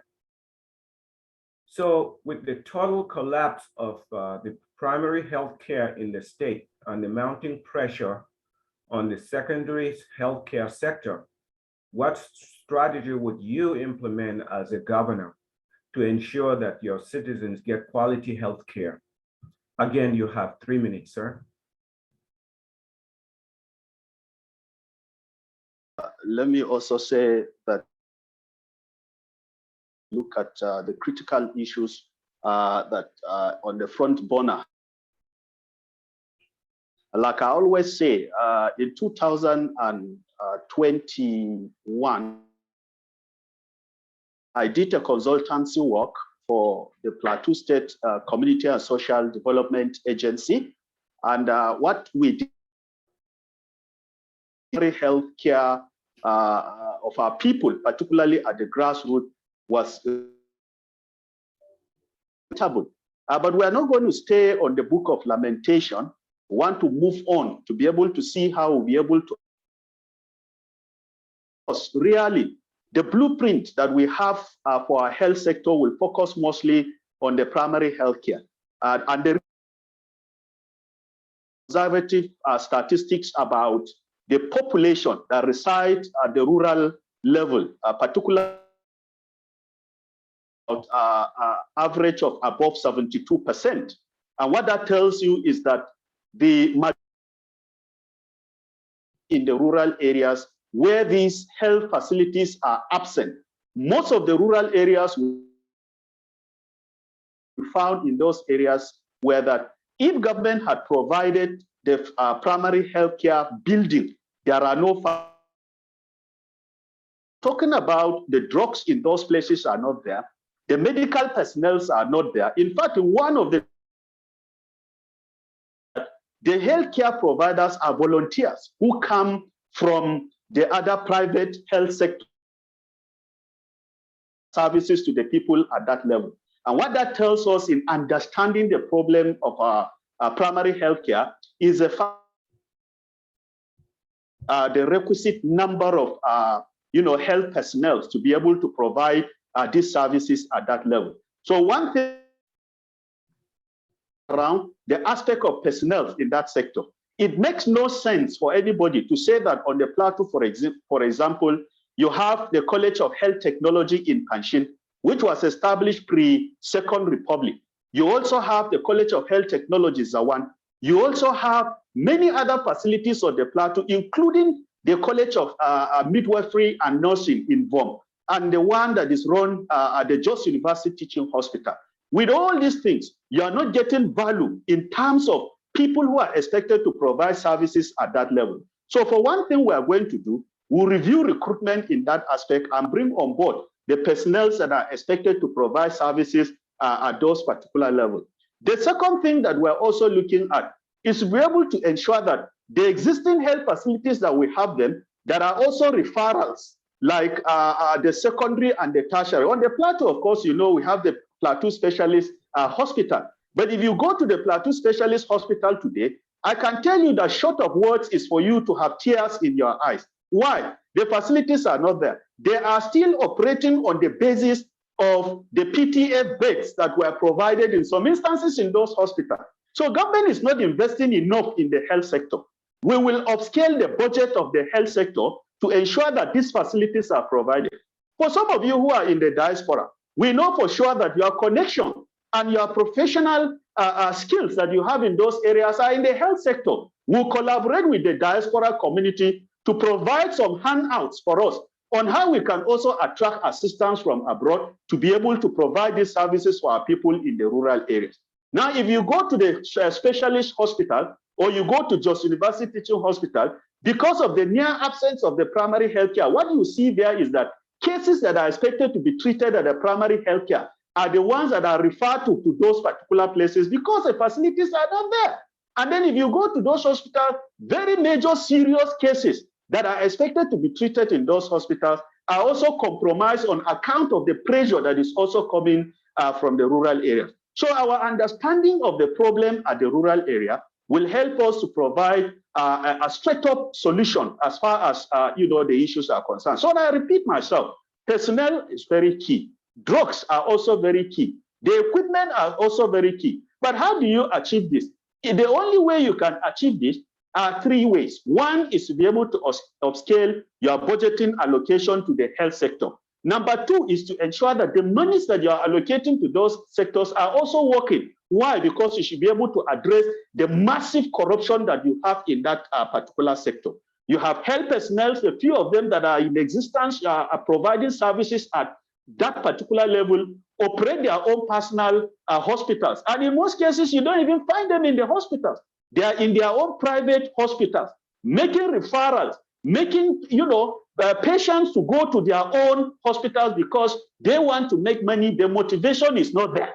And so government will be able to look at some of these minor challenges around the primary healthcare to be able to provide a solution as far as those issues are concerned. And I keep saying this, no matter how beautiful you would want to present your agenda here, the fundamental question that you must be able to address as a candidate, which is rhetorical, is how prepared are you to ensure that you convert words into action? Because that is very fundamental. What is the will that you have in terms of ensuring that you allow the institutions, you punish people who will, deliberately fail to implement certain government policies with regards to implementing health policies of our people. And so for us, we are prepared to ensure that we take these things headlong, to ensure that people who will compromise government ability in those sectors are punished at the end of the day to serve as deterrent to others. And then you also have existing hospitals that have also been abandoned on account of what is also referred to quote and unquote. Existing hospitals that are also crying in terms of lack of facilities. But government is also new ones. We will not do that. We will go back and consolidate on the ones that are on ground to ensure that they have the facilities that will provide these services. Now, again, we will be able to work closely with faith-based organizations that are also out there to provide, how do you do that? Is to make government run an open door policy that will be able to accommodate them in the state. And so you give them a certain subsidy in terms of the space for them to operate in your state. These services are concerned so that you will have them, bringing these benefits at the end of the day. Thank you. Thank you very much, Mr. Luca Panpe, for your response on healthcare, the category on healthcare. The next distinguished speaker is going to be Mr. George Dimka.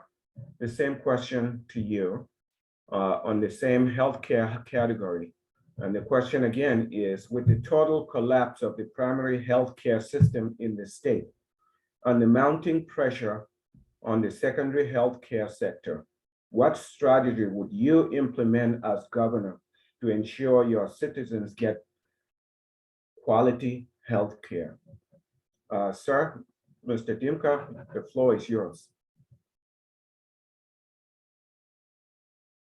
Yes, good evening once again.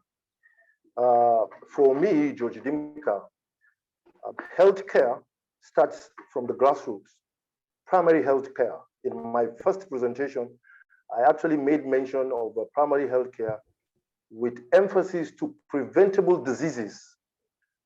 If we're able to have our healthcare system, healthcare services in all our districts, in all our wards, with drugs available, it will reduce the pressure on our secondary healthcare system. It is because of the poor primary healthcare system. It's the reason for the rural-urban migration to general hospitals and specialist hospitals. We must be able to fund our primary healthcare systems where preventable diseases. I can give you an instance. Where I'm coming from, we have a health facility, a health scheme, which takes care of periodic check on breast cancer, prostate cancer, before it gets to an alarming stage. At the primary level, it is taken care of. These and many more you have that could be taken care of at the primary level. We will make legislation and form policies that periodically at every wards, at every local governments and districts, you have our health personnel who will go around to check people on their health issues. It will amaze you that people die because of just ordinary hypertension. People don't know. People don't check their blood pressure. People don't check their sugar level. I lost a friend. My friends rather lost a limb because of high blood pressure. So these are the fundamentals. We must make sure that simple medications, simple treatments are taken care of at primary level. When we don't do that, there is going to be serious pressure on our secondary healthcare system. Secondly, we must fight corruption. Just like my brother Luca said, most of the doctors and nurses you find around, they have hospitals elsewhere. They have pharmacies everywhere, around government and private hospitals and dispensaries. It is because of total collapse of those primary health care systems. You see a doctor referring you to his own private clinic. Why? It is total corruption. If we fund and make sure that sincerely our primary healthcare system is well funded, then we'll reduce the chances of it growing into bigger diseases and bigger ailments. And also making sure that all our hospitals are funded. You have drugs, you go to our hospitals, you find drugs like malaria drugs, you don't find them.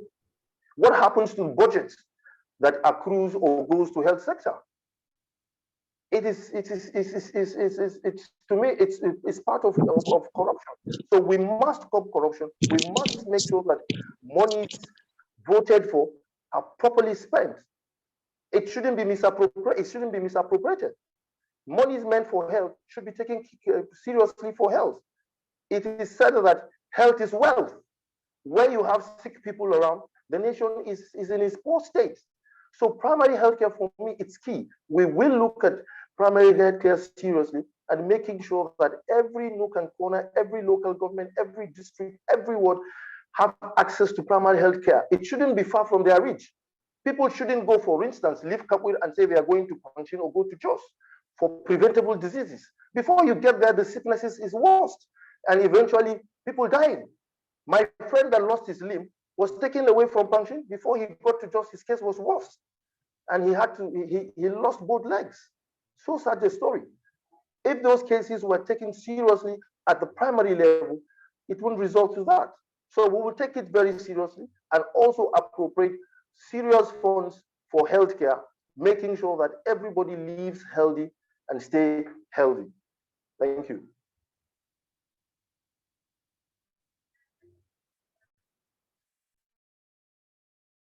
Thank you very much, distinguished Mr. George Dimka. Thank you very much for your response. I think with this, we're going to, I'll hand it over to my colleague, Ms. Belak. Over to you.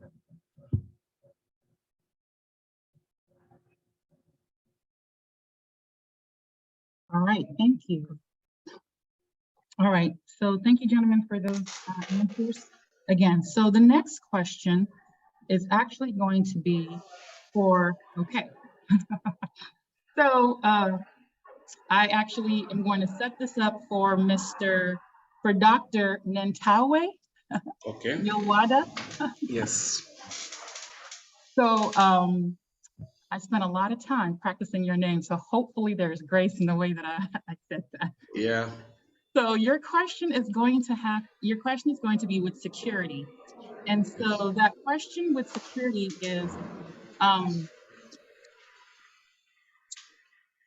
it is not news that the state has failed to return displaced people who were attacked, killed, and sent out of their ancestral homes by Fulani militia.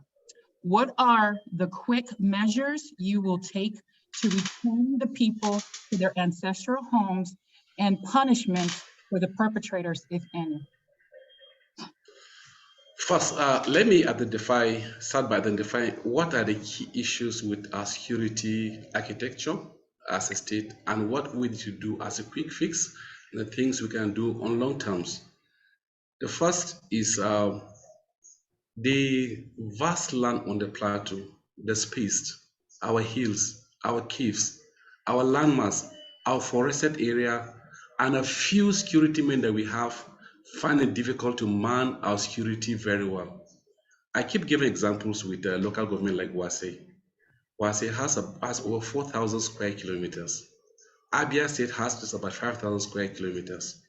Abia State has over 4,000 policemen to man the same space like Wase. Wase has just about 100 policemen that are supposed to man that space. It limits the opportunity, it limits the space, the manpower that's required to tame that. And has any state been able to do that? Yes, we can learn from Osun State. Osun has been able to tame those excesses. Number two, all the attacks on the plateau are within the boundary of Plateau State and Kaduna, where all the attackers, the bandits, come in, attack and escape to the next communities in the neighboring states. Kaduna, bandit with Kaduna, bandit with Bauchi, bandit with Taraba. And all these areas are either having caves, they are mountainous, or they are vast land with forest. And number three, people come get the equipment like night vision goggles so that they can see the distance and pick our people who are unarmed and kill them without any single person being arrested. And most times they also come sometimes with lesser torchlight and beam at people in the night so that people get temporarily blind. So they come more prepared in terms of gadgets, in terms of kinetic equipment to attack our people. So both the kinetic equipment that they come with and the sophisticated equipment that aid them also in attacks are more sophisticated, and we don't have any response to those rural communities. The fourth issue also is that the attack is in the rural communities, and all the police checkpoints and police stations are in the city space. There's no single checkpoint in communities, so that where the attack takes place, it's very difficult to get the time of response is actually very slow. So what are we going to do? First is equip our police, equip our own security and the security, and equip them. We require funding. So I'll set up a security trust fund for the state. Because we adopt it to the state and we localize the process in Plateau.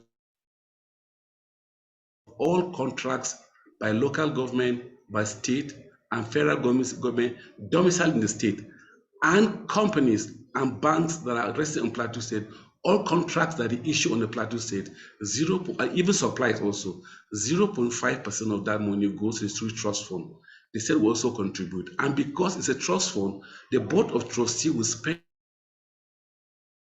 to ensure that we buy equipment and hardware for security agencies in the state and also Operation Rainbow. Number two is for us to learn from Ondo State, Operation Omoteku. Omoteku recruited retired soldiers, retired police. They recruited also the vigilantes, the people also who know strangers with their communities, and they equip them. In our case here is to provide additional equipment for them and bring technology in. Technology here simply means that we can bring apps that can collect data of satellite mapping, can get and aggregate the imageries, transfer those data back to our people. Our people can now visualize their community themselves so that security becomes personal to each community. And because the communities can now take charge of their of their security, it will help. And it will help also in intelligence gathering. It will help also in early warning system. It will help that if we do, so that we recruit them, deploy into rural communities, the space that are unoccupied, these people that we recruit and train them under Operation Rainbow can deploy to this to those places. Before now, they are only meant for intelligence. We can add additional responsibility to them so that they can also provide early response before security respond on time. That will help us reduce places safer. I will make our people stronger. But this is what I will do also.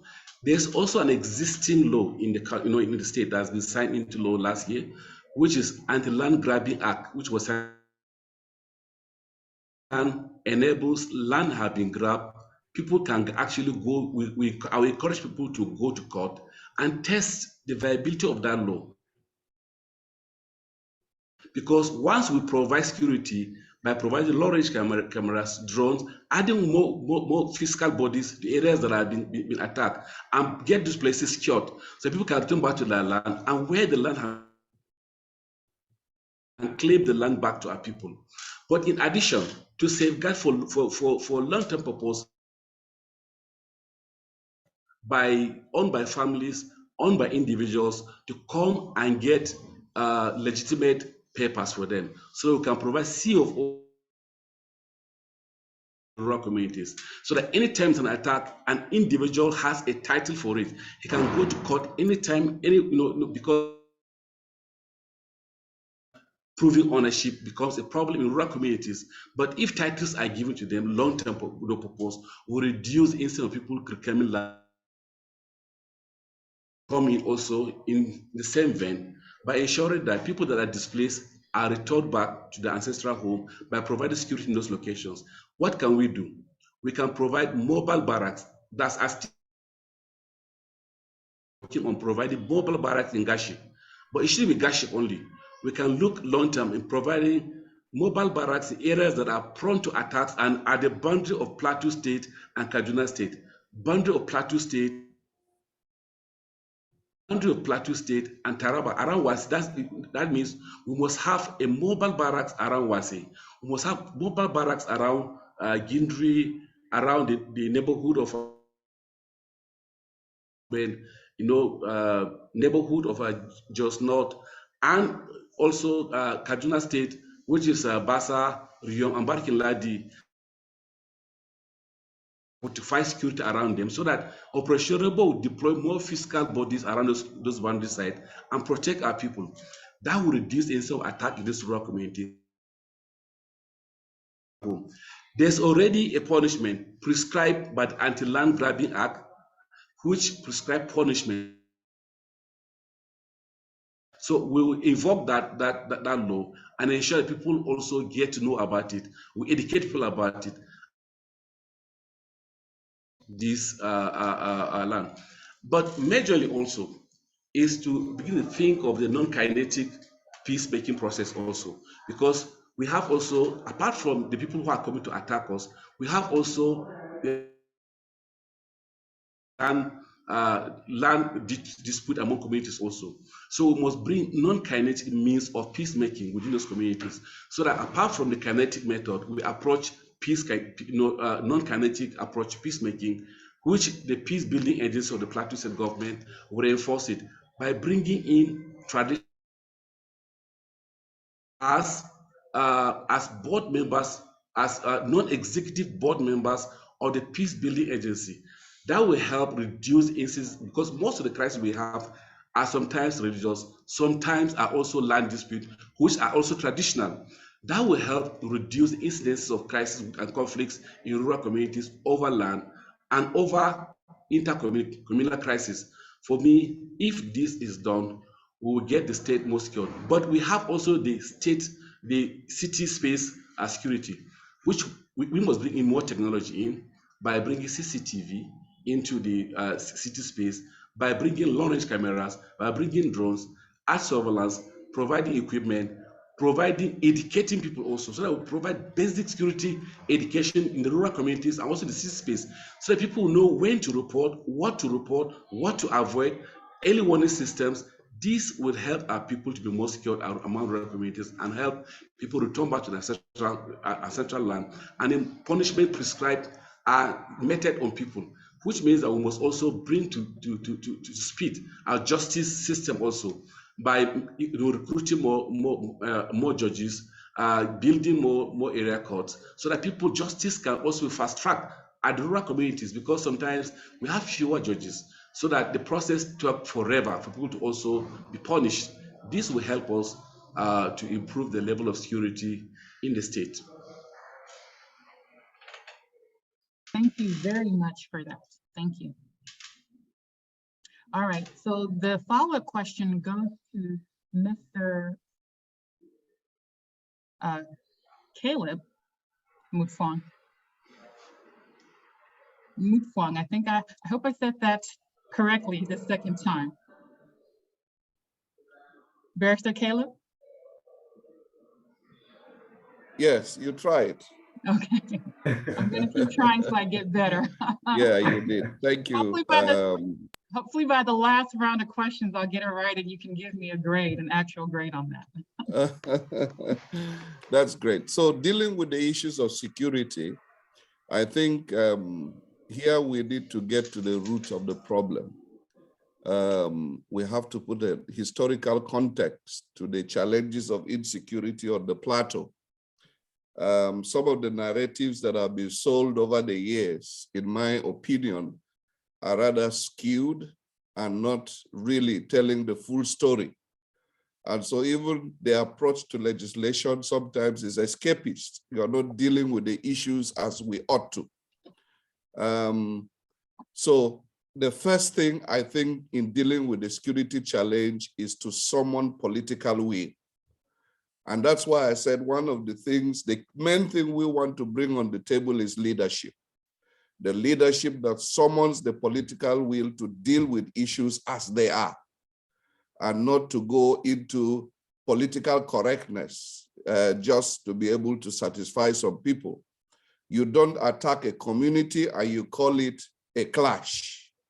If it's genocide, it's genocide. And that's why we must come strong on the rule of law, deal with the aspects of criminality that actually introduce into the security matrix. And so the first thing is the political will, which the leadership must summon. And I think that's what is lacking, particularly over the last 7 years, both at the national and subnational level. Some of the subnational levels where it has worked, like in the Southwest, is because they summoned the political will to deal with the issues as they are. Of course, the other thing we must then do after we've summoned the political will is to do what I want to call effective management of the security assets on ground. I think there's a lot to be done in managing the security arrangement on ground, dealing with the security forces on ground. They are human beings, and sometimes they do not feel the empathy of those in government. And therefore, they too, they are reluctant to commit themselves to doing what they need to do. Of course, we must be able to also promote alternative dispute resolution mechanisms within communities so that small misunderstandings and conflicts do not escalate to the point where they become a crisis. And therefore, we must be able to involve the traditional institutions. We must be able to involve the faith-based institutions so that they can de-escalate the potential threats to security. Once we're able to do that, we're going to reduce a lot of the challenges. And I don't agree that yes, there is a lot of threat to securities within the frontiers, what I call frontier communities. They have received a greater brunt of it, but there are also attacks within the communities, which are hinterland. And that means that we must be able to do more of intelligence gathering to be able to be proactive in dealing with the threats that emanate even within the communities. Sometimes they bypass several communities to go and attack a community. How come nobody picked up the information in transit? Now, to be able to do that, we will then create the framework for gathering such intelligence. Thank God we had a head start on the plateau way back in 2011, 2015, when the federal government gave authority for Plateau to set up the Operation Rainbow, which was almost like the first of its kind in Nigeria. It's an intelligence gathering outfit, which unfortunately has been allowed to become redundant. We must find a way to revive Operation Rainbow, make it more effective, enhance its capacity for intelligence gathering so that we can nip some of these challenges in the bud. There is a fundamental problem with the security architecture in Nigeria, where you find a governor who is the chief security officer of a state, but then the inspector general can override the directives the governor gives the commissioner of police. Now, this again is where I call there's the dimension of the human management, and also there's the constitutional dimension, which we must continue to advocate that there must be state police. Powers of policing globally are community-based. They are not, this bogus federal structure that we maintain is not effective to be able to deploy the security assets as and when needed. And therefore, we must be able to advocate for security federalism, if I call it, so that powers are effectively devolved to the states, that we can be able to take our destinies into our hands. We must then be able to harness the security assets on ground, the vigilante groups, and all the hunters. We must be able to enhance their capacity. My brother, Dr. Nentawe, mentioned Osun State and the Amotekun is not rocket science. They had to equip those people to be able to ensure that their forests are manned, their borders are manned, their major routes are checked, so that they are no longer porous, you know. So we must be able to man all those areas effectively. And the key is that they must be fully equipped. So funding becomes an issue. But before we get to the effective funding that we need to provide, and I tell you that we have enabling laws, for example, the Operation Rainbow law mandates local governments to make a mandatory contribution of 5% of their income to Operation Rainbow. We will look at how to rejig that law and see how we can expand the income base for security. Again, it's not a shot in the arm. These are things we must do gradually and upscale them as we go on. And then ultimately, we will be able to look at how to make our city centers particularly safer. And this is where technology comes in. By the time we're able to ensure that there is effective deployment of technology, particularly in our city centers, we would then reduce the incidences of criminality that is beginning to plague our major cities. Our target must be to make sure that everybody resident on the plateau goes to sleep with his two eyes closed and does not feel threatened waking up the next day. So there are lots of things we can do that will be able to impact on the security situation. But I tell you, this is not theoretical. It is very, very, experience is critical in handling the issues of security. And I want to say that having served at the local government level, one has had to deal with some of these issues at the very base. And experience comes in very handy in dealing with these issues to be able to get effective results. Thank you. Thank you very much. So I will say that this generally would have concluded round one of our questions. However, a lot of the questions that we got from our social media had a lot to do with security. And so I think it's important that we acknowledge that it's a very important topic. So what I'm going to do now is I'm going to extend the same question on the topic of security to the remaining three candidates to go ahead and close us out with round one. So Mr. George Dimka, if you can go ahead and give your state on this question of security. I will read the question again. It is not news that the state has failed to return displaced people who were attacked, killed, and sent out of their ancestral homes by Fulani militia. What are the quick measures you will take to return the people to their ancestral homes and punish the perpetrators? One of the live questions we got is, can you give us a very practical example of something you would do? Good evening once again. My brother Caleb and my brother also Dr. Nentawe have spoken extensively on the issue of security. But however, I would want to say this, that only where it is safe and secure, nothing strikes.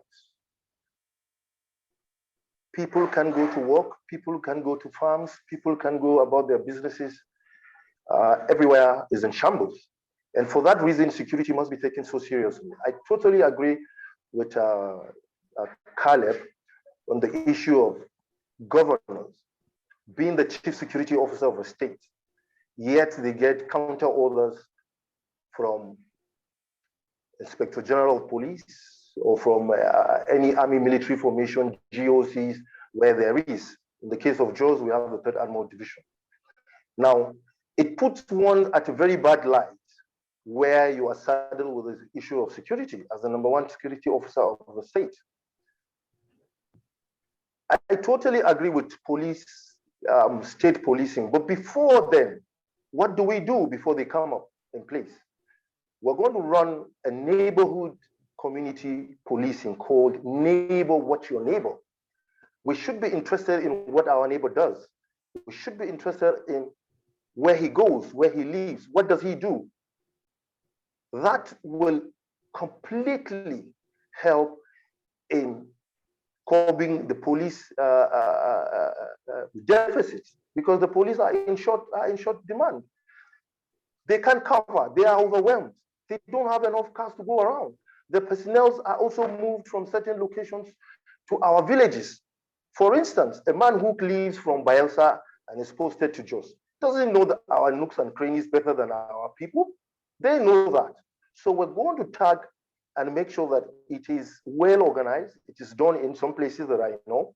It's done in Dong, in Jos. It is done in Dadinkoa and some places in Rancha where you have a neighborhood watch, but in collaboration with the police. We're going to strengthen them. We're going to make sure that they work hand in hand with them. And also, the Operation Rainbow is available. They're just there not doing anything. We will make sure that the community policing is organized in such a manner that they will work hand in hand with the security agencies, and in turn provide little stipends for those who run those services, because it is it's run on a humanitarian gesture. The state will make sure that those who participate in those gestures get some small token for them. Happily, legislations have been passed that local governments, 5% of their local earnings will go into expansion of security. Secondly, I would want to say that man's best friend, Canis, is dog. Happily, again, we have a weather that we can breed trained dogs. All over the world, dogs are used as what? As watchdogs, security dogs in our cities, in our banks, in our places of work. For those who don't know, dogs have over 300 million neurons, perception, than that of man. 300 million. Man has only 6 million, meaning that they see better than us. They hear 300 times better than us. They run twice faster than human beings. We're going to use them, breed dogs, make sure that our security agencies, in collaboration with our neighborhood watch, move around our bushes, our mountains, our caves, and our territorial borders. That will scare people, will scare our enemies. We must make sure that this happens. We are going to breed dogs in its number and make sure that we use them for security. They are called security and watchdogs. They take care of security and crime. They sniff guns, they sniff gunpowders, they sniff drugs, they can sniff bombs, and so on and so forth. In case if people don't know, the infrared technology is gotten from an animal. Dogs see, they see through walls. You don't need night cameras for dogs. Of course, we will have handlers who will handle those dogs. And like I said again, in conjunction with our security agencies, the Operation Rainbow, the police, and the neighborhood watch. Lastly, technology is driving the whole process. We will make sure, with the permission and the blessing, given our peculiarity of the state, apply for drones through the national security advisors, so that these drones can be flying around our bushes and our mountains and also our territorial borders. Those will also send signals to handlers. We'll also make sure that we install cameras on our communication masts. There are communication masts scattered everywhere. We'll make sure we put cameras there so that it will pick signal. However, lastly, I would want to say an issue of security cannot all be said here, so that our enemies don't hear us well. We will ensure that there are rules of engagement in tackling security. There's so much more to say, but with this little, I think come 2023, our borders, our mountains, Our villages will be safe if we all together come and give our input, particularly when it comes to intelligence gathering.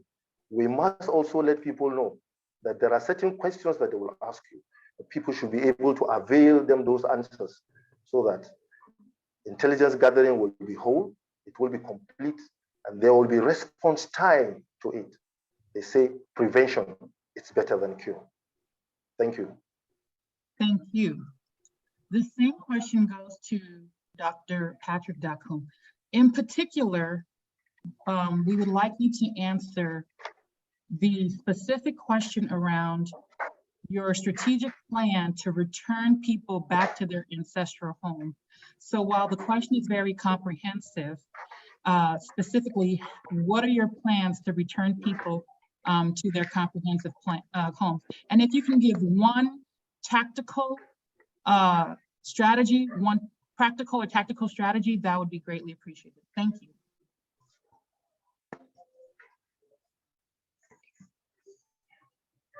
Thank you very much, Philok. You have narrowed my thoughts down. I wanted to also provide perspectives on the other issues, but I think I'll answer that with an example. In 2018, I decided to celebrate my birthday then along with IDPs in 3 locations. One was in Bokos in Lafo, the other was in Fan in Barkin Ladi, and the other was in Miango in Basa local government. One of the things that I wanted to do was to find out what their plight was and what it will take for them to get back to wherever they are and their homes. I think the number one thing, you don't return people to a place where they will also be attacked and killed again. So the number one strategy is to ensure that people's homes where they have been displaced are secure for them to be able to get back. In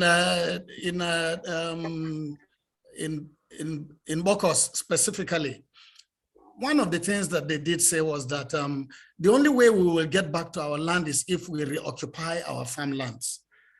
2 things that you will help us with. We want you to help us with strengthening the local vigilante who are the first responders to be able to provide us with that safety to be able to go back to our land. Number 2 was that they said that if we do not start doing our normal chores in those places, that is getting back to what our activities are, that place will be occupied, and very soon we will not remember who owns the land. So I think first thing is in returning people back to their land specifically is to ensure that those who are displaced and not on their land get back to their land in a safe environment. But number 2 is that the issues surrounding lands that are already occupied. It's easy to say that we are going to mobilize forces, drive them out of the land and take it, but it's not as easy as that. I decided to go to a place like Riom to look at what the actual issues are. And they were bordered on several, factors that led to that. One is forceful occupation. And if in some parts of that place, the number of the people that have forcefully occupied the place are so enormous. There are close to about 5,000 that have just stayed on that land. And unless you have the force of a federal government, it is going to be a genocide or it will be amount to something else. So one is you must approach it also with a dialogue, approach, dialoguing with the people, but at the same time ensuring that, the security agencies are up and about to, first of all, know that this person is on an illegal land and we must develop a timetable for these people moving away. Why I say dialogue is that there are some of the lands that, people have given them a lease for a long time. And sometimes differentiating those from those who are forcefully occupying the land is not as straightforward. And that's why it's good to look at the details of the issues surrounding each of the lands that have been occupied, but putting a timeline to when these lands will go back either through the through a court of law or through, you know, a direct, a dialogue with their leaders to move away in peace. Because if we are not careful, we are going to get to a point where if forceful occupation is continuing after a period of time, it is going to be a war that will be declared in those places. But having said that, I think prevention of land grabbing is a very key aspect to answer the question, because while we have this percentage of land that is illegally occupied, we also do have a responsibility to prevent what happens. But before I leave that angle, let me also say that there are court decisions that already exist on some of those land. And it is just that there isn't that political will to implement those court decisions. And I think a governor that comes in with that determination to do that will succeed in doing it. I'm not saying you are going to come there and begin to create a direct physical fight, but if you are determined to do it, it will work. And therefore, the determination to do that is very important. The other in prevention of land grabbing is the upping of the operations of the peace agency and the utilization of the community structures in doing that. Whenever there is an attack, which is a prelude to land grabbing, who are the first people that are responding? It is either your vigilante, or it is your hunters association, or it is also the traditional ruler. Every time something happens, the traditional ruler is the one that is called upon. Yet, if you look at the architecture of what we are doing, there isn't any budget line for those. And so for me, I said that word called security vote is a big word. And sometimes that vote is a security vote that is used in a very corrupt way. There must be a strategic allocation, a policy of allocation of funding that will ensure that these first responders are properly strengthened. And if you are going to be strengthening those first responders, it comes with their capacity and the equipments they are going to be using. Thank God that now there is a law that that permits vigilante to carry what is called a pump action. That at least is a semi-automatic that will slow down any massive attack while these first responders are responding to it. In order for me to understand the operations of this group very well, I also decided to join and became, in fact, I got my ID card as a member of that Hunters Association because I'm determined to understand exactly what they are going through in terms of their challenges. But let me also say this in terms of operationalizing even the existing structures, apart from the long-term issues that have been mentioned on community policing, local, strengthening of local policing. For me, even, is not the state police is not even the answer, but going as far as that, as local government policing, like we used to have in those days, a group that was called Yandoka. But let me come back to how we can ensure that even the task force that are there now are functioning properly. You have a budget as a governor, and you are given that the budget is going to enable the joint task force have equipment, vehicles, drones, and all the technology. And you come and you cut tape. And the question I ask myself is, as governor, am I going to be happy with a cutting of a tape? And that's the end of it? The answer is no. My job is to look at the indicators for that insecurity. Is there any zero tolerance on grabbing as part of it? If that is the case, that's my target. If there is banditry and attack, what is the level now?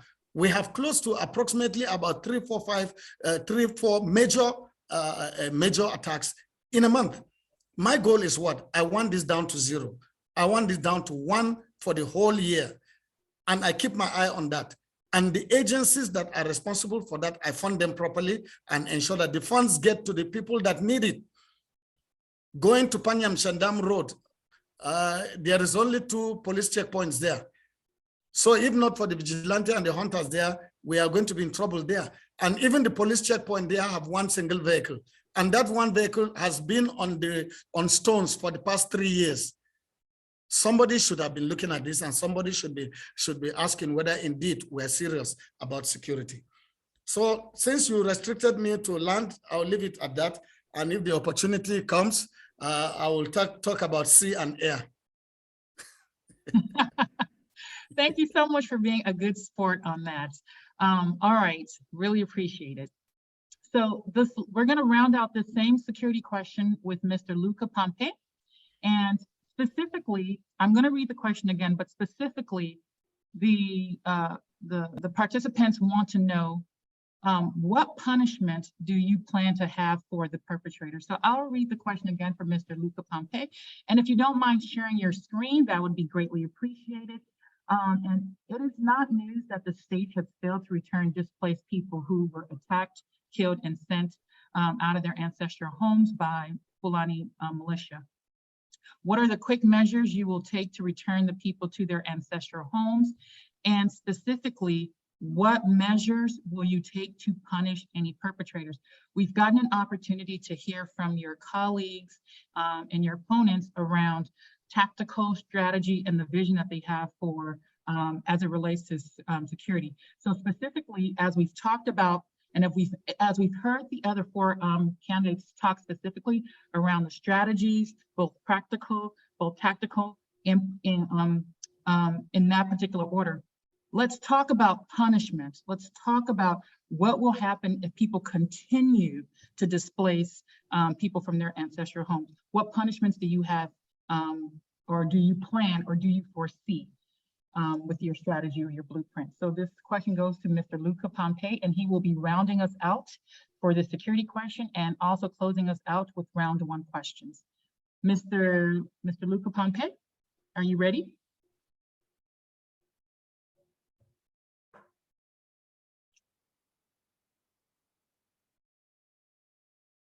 If you're talking, we can hear you. You're muted.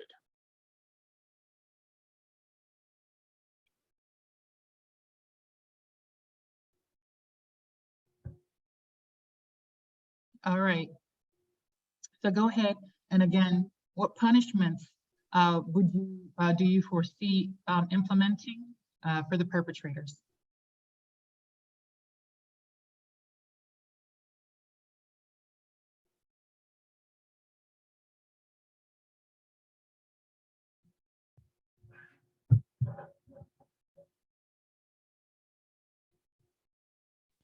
Okay, it seems we don't have Mr. Panpe ready. In that case, is that okay if I take over from here, Ms. Nankat? Yes, you may. Thank you. Okay. Mr. Panpe, are you ready to talk? If not, I will take over from here. We'll go around into follow-up questions into some of the things you all addressed in your opening statement. And I would like to start with Mr. George. Okay, Dimka. can you hear me now? Oh, okay. Can you hear me? Yes, we can hear you. Good to have you back. We can hear you. All right. Go ahead. Okay, thank you very much. I said in 2016, so I had the rare privilege to work as a consultant for the ad hoc committee of the Plateau State House of Assembly on this issue. And we had more than 26,000 people that were displaced as of that time. And you are talking about as of early this year, there were reports about 150 communities that have already been ransacked, by these nihilist groups, as it were. But there's no way you can address these issues without actually testing the strength of the law. The justice system with regards to issue of land grabbing, what does it say? What does it provide in terms of this punishment? I like what Dr. Dakum said with regards to the full force of law, into those communities. But you see, really, if you go to these communities and you see these people that are displaced, most of them are living with their other friends and families, outside those particular communities. You have more than, in some instances, you have more than 2,000 people that are occupying their land. So how do you get around these things? You don't go and talk to them and say, leave our land and go. The fundamental question you ask is, how have we been able to keep even into the conventional climate change convention in the true sense of the word. What does it say about migratory issues with people moving, from the dry lands, moving to places where they will be able to feed their cattle at the end of the day? I'll give you a very simple example. In Jos here, around the Rantia axis, you have Dong towards the wildlife park on your way to Rafiki, that is Miango axis. And you have these consistent issues about reported attacks right into the city. And you ask a fundamental question. What is the role of the 3rd Armored Division that is stationed barely few kilometers away from that particular area? So it tells you clearly that there is an alleged collaboration even within the conventional security system itself. In the Miango area that we're talking about, where these lands have been grabbed, you have the military situated in that place. People donated their land for them to be secured by this security, but the security are not protecting them. I'll give you another simple example. Around Wangje area, here in Rantia, you have soldiers stationed around the riverbank, they have access to Dong, but every night, 7 o'clock, they leave their duty post and go to the main road and are collecting money from passers-by, the same communities. And when attacks are carried out, they rush back to those places and tell you that they are doing their jobs and they were unaware of some of these attacks. So another thing we must be able to do is to be able to also punish people who play around their duty. The massive corruption in that system should be a quick fix for us. We should be able to address that. If you are coming into Plateau State as a commissioner of police, you should be able to know what you are signing into. As a governor of Plateau State, I am not going to condone laxity, even from the conventional security system. We have our reporting system. We have ways that we can take action against such individuals. But again, like Dr. Dakum has said, we must find the narrative around the conversation on how we can get those people out without the collateral damages that will be done. Finally, we should be able to empower our vigilante. And that is what I call the local internal security measure. And for the sake of the sensitivity of what I have as far as that is concerned, I will prefer to keep that to my chest. Thank you very much.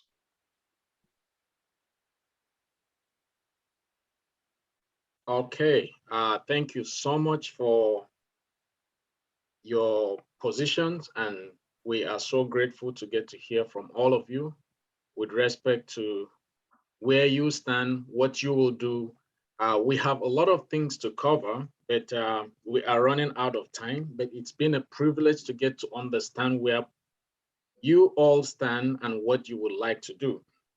This section, we will strictly time this section to maximum 90 seconds. I'm going to be asking questions following up based on some of the things you have addressed in your opening statement with regards to that, and then I will throw in some questions about that. And I would like to start with Mr. Dimka. In one of the things you talked about that you identify as a problem or as a need that you would like to address was in the area of the mining industry, which we feel it's an area that deserves attention.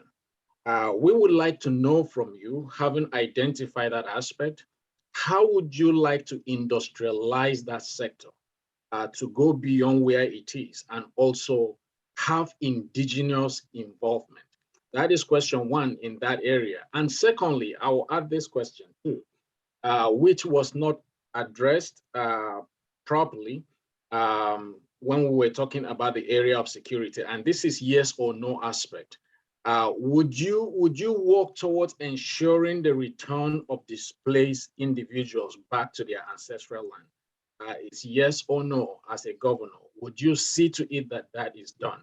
And then we will come back again through the follow-up questions. 2 more questions we'll ask, but we would like you to address this. One of the things you talked about was the mining. So how would you ensure industrialization of that sector and ensure indigenous participation? And then also your yes or no with respect to bringing back displaced individuals.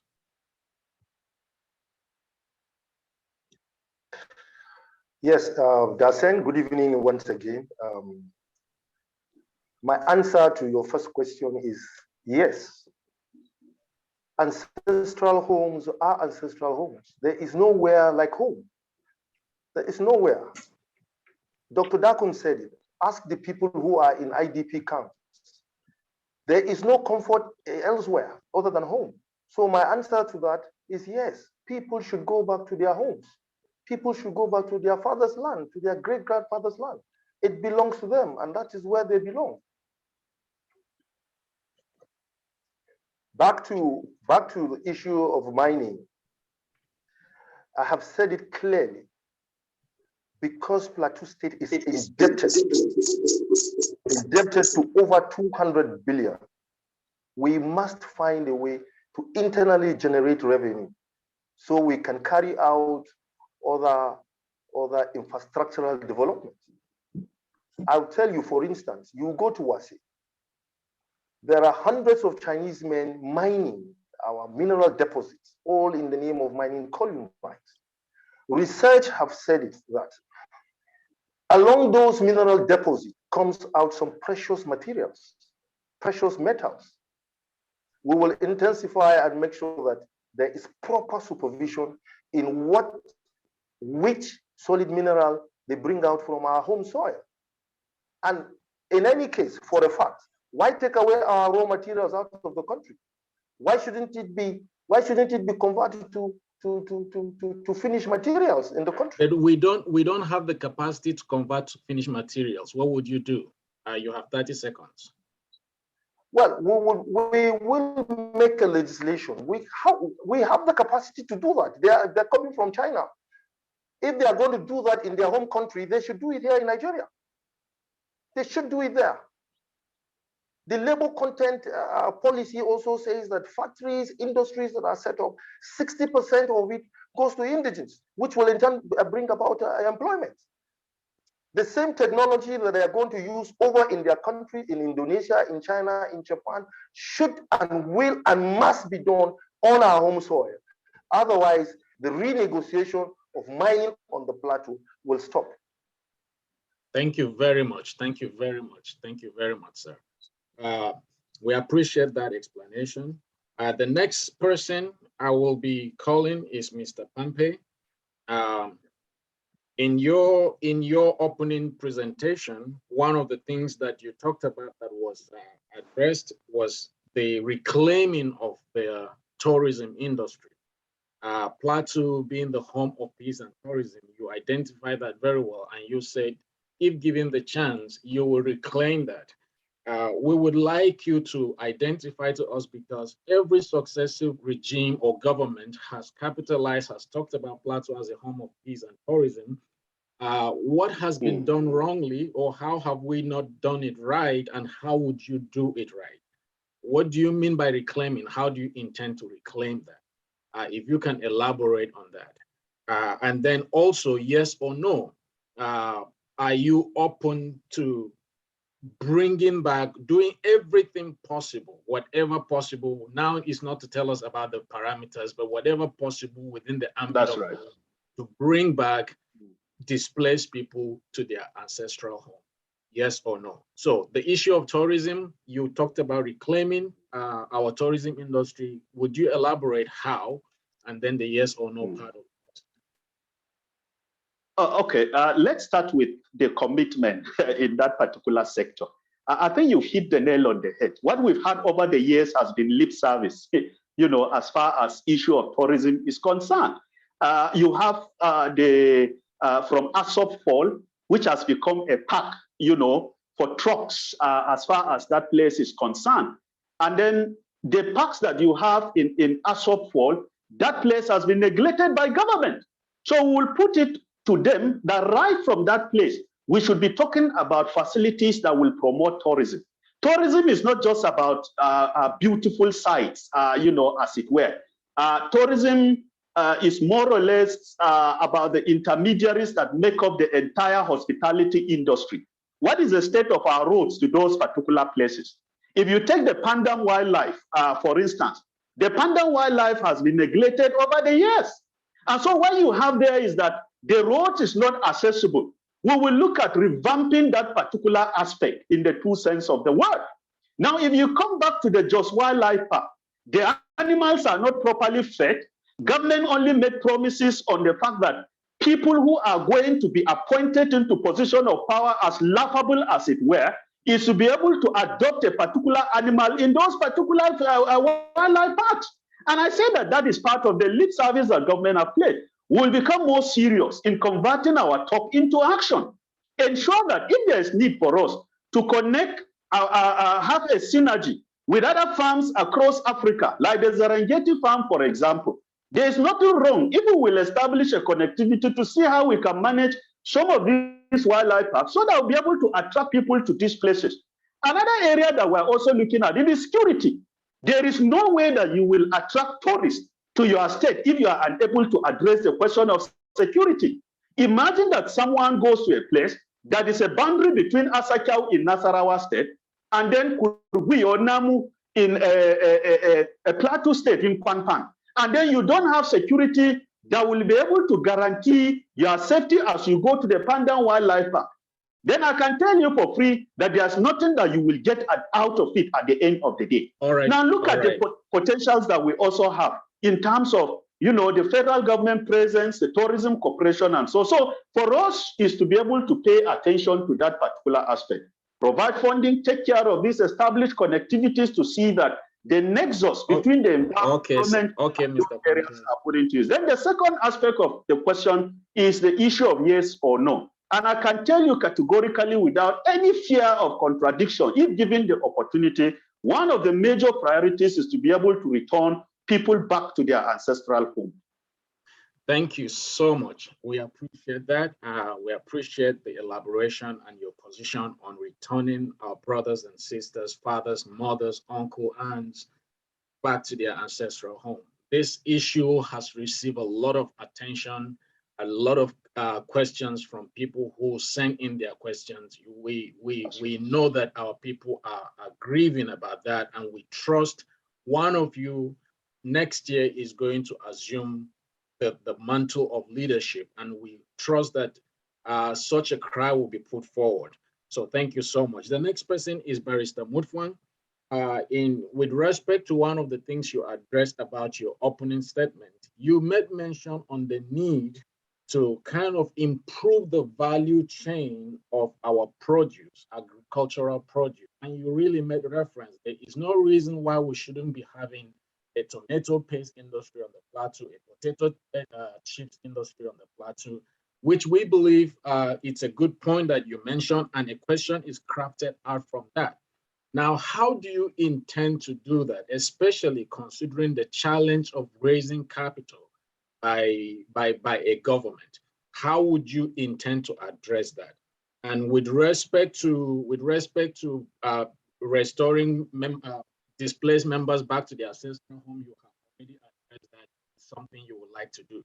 So how would you address the aspect of improving the value chain to add more value to our agricultural produce?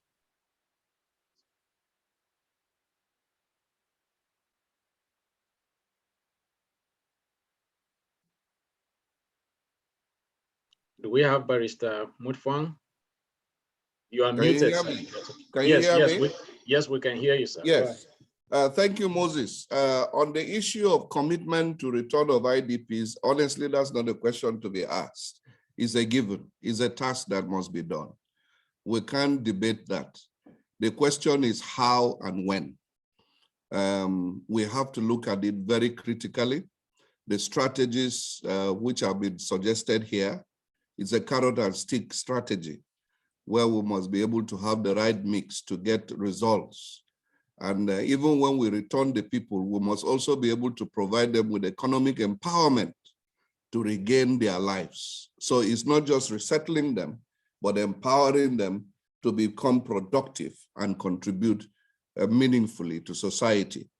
So for me, it's a given. It's something that has to be done. It may not be easy, but we'll definitely commit to it.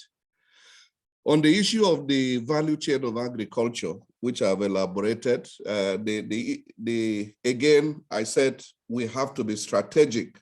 We have to have a short-term plan a medium-term plan, and a long-term plan. We can't do all in one gamut. We have to strategize. In the short term, what we will be doing is to be able to improve on what we find on ground. That is to be able to improve on inputs to farmers, which government will facilitate. Again, let me say this, that our strategy for economic development is private sector driven. Government should only provide the enabling environment, and not that government is going to be the one that will generate the economic activities. We must be able to create the enabling environment for the private sector to come in and drive the economy. So even agriculture must be driven by the private sector. Now, in doing that, in our first year when we come in, it is to be able to improve the inputs that farmers can have and to be able to plan ahead. In the medium term, what can we do over the next 2-3 years? In terms of, yes, in terms of the farming methods, how to improve on the farming methods, how to be able to introduce new cropping methods, how to be able to bring in a diversity into the farming methodology, and then to be able to develop the capacity for marketing. Because when farmers now grow their crops and they can't market it, the whole arrangement collapses. So we will expand the value chain from cradle to grave, from planting in the soil right to harvest. That will be able to strengthen every stage of that value chain to be able to deliver the results that we need. Thank you. Thank you very much. Thank you very much. Private sector driven, value chain improvement. We appreciate that. The next, I will be going to Dr. Dakum. In your opening statement, sir, one of the things you talked about was the benefit you enjoyed by having scholarship in your education. So the question now is going to center around education. What premium are you going to place on education on the plateau to change it from where it is to where we need to be?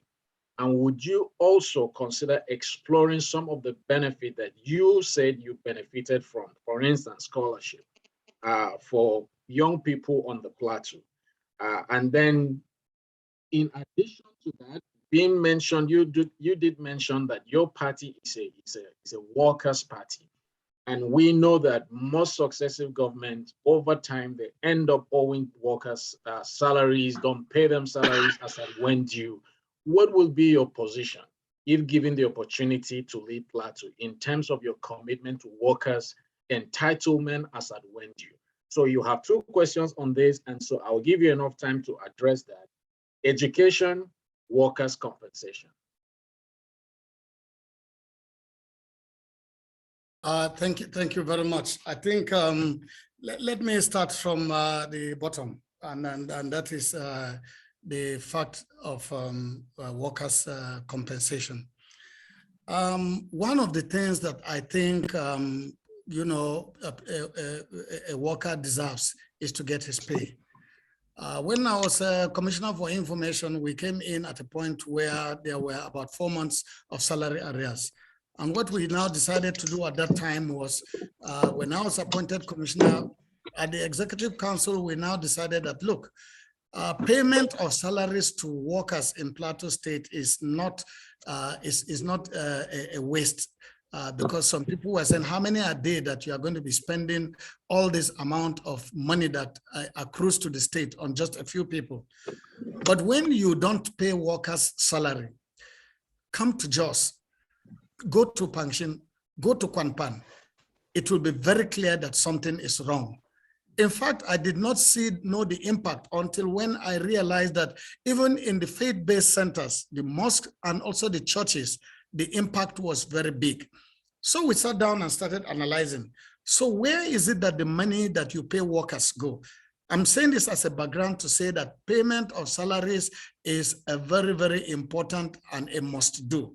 But not just payment of the salary, but also reviewing all the agreements that government has had with labor and ensuring that we'll sit down together as a team look at what we have and schedule how we will meet up those demands in a way that we are not going to be promising we are going to do all in day one.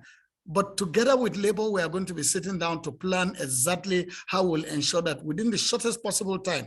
And when I talk about short possible time, I'm talking about the first 1 year, that we are at par with the agreements that have currently been signed. Because we are coming, and part of our structures, of course, is the Labor Congress, the Trade Union Congress.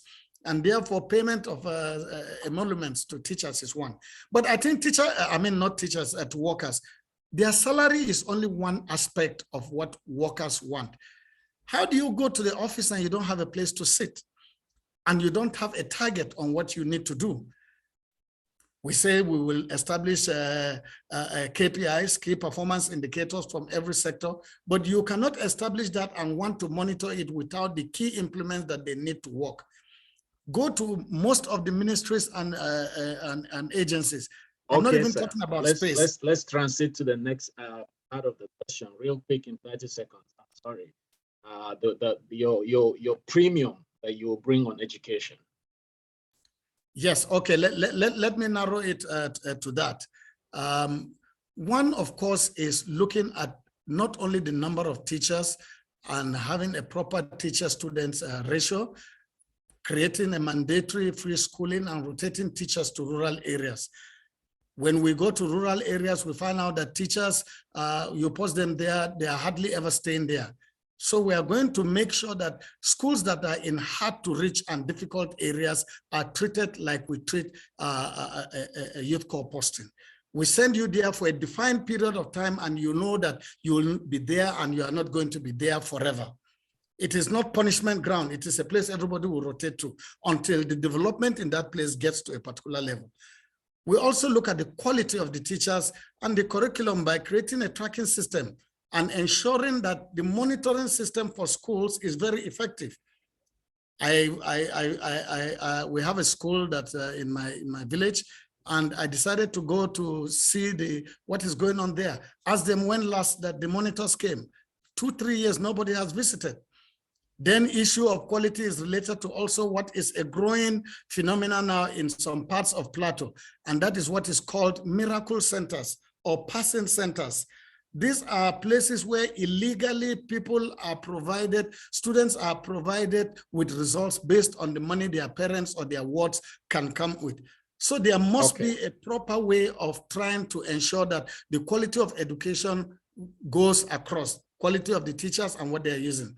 But let me also state before leaving this that when we talk about the issue of education, we are not going to be limiting education to the regular schools that you have. We have the BUTEX, we have relevant technology, we have a need for that in several areas. They are now dead. We need to ensure that these are properly reactivated. Lastly, of course, is the issue of the fact that you cannot be talking about education now without looking at the need for ICT education. First of all, government itself is not working there. So we must have ICT hubs. We must have educational institutions that incorporate all of that in the curriculum to ensure that you are having an effective educational system. But above all is to also ensure that we move on the ranking as far as WAEC and JAM is concerned. Thank you so much. Thank you so much. I see you have a lot to say on this and all the candidates. We know that we will not be able to do justice to give you all the enough time to say what you need to say. All of you came through on this. I will have an announcement to say at the end, but lastly, we will have one more round questions after Dr. Nentawe answers this question to go around, and that will be the end of it. And I would like all of you who are still on this call to still hang on. The last question is a very important question. You don't want to miss it, and it will go around to all the candidates. Now, Dr. Nentawe, this question goes to you. This is with respect to also part of the issues you addressed in the beginning of your presentation. You identify investment as a major hub of what you will be focusing on after addressing the idea or the concern that you want to also provide a solution to the security challenges of how our people are being attacked and somehow the attackers disappear without being able to track. You provide solution to that and create a hub for investment. So the question is, we would like to know more in depth. What strategy do you want to use in order to attract investment on the plateau? What are your approach? What are the kind of investments specifically you want to zero on to bring that on the plateau? And then secondly, just yes or no, we would like to know, would you be committed rigorously towards bringing back displaced individuals to their ancestral home? That part is yes or no. So over to you, sir.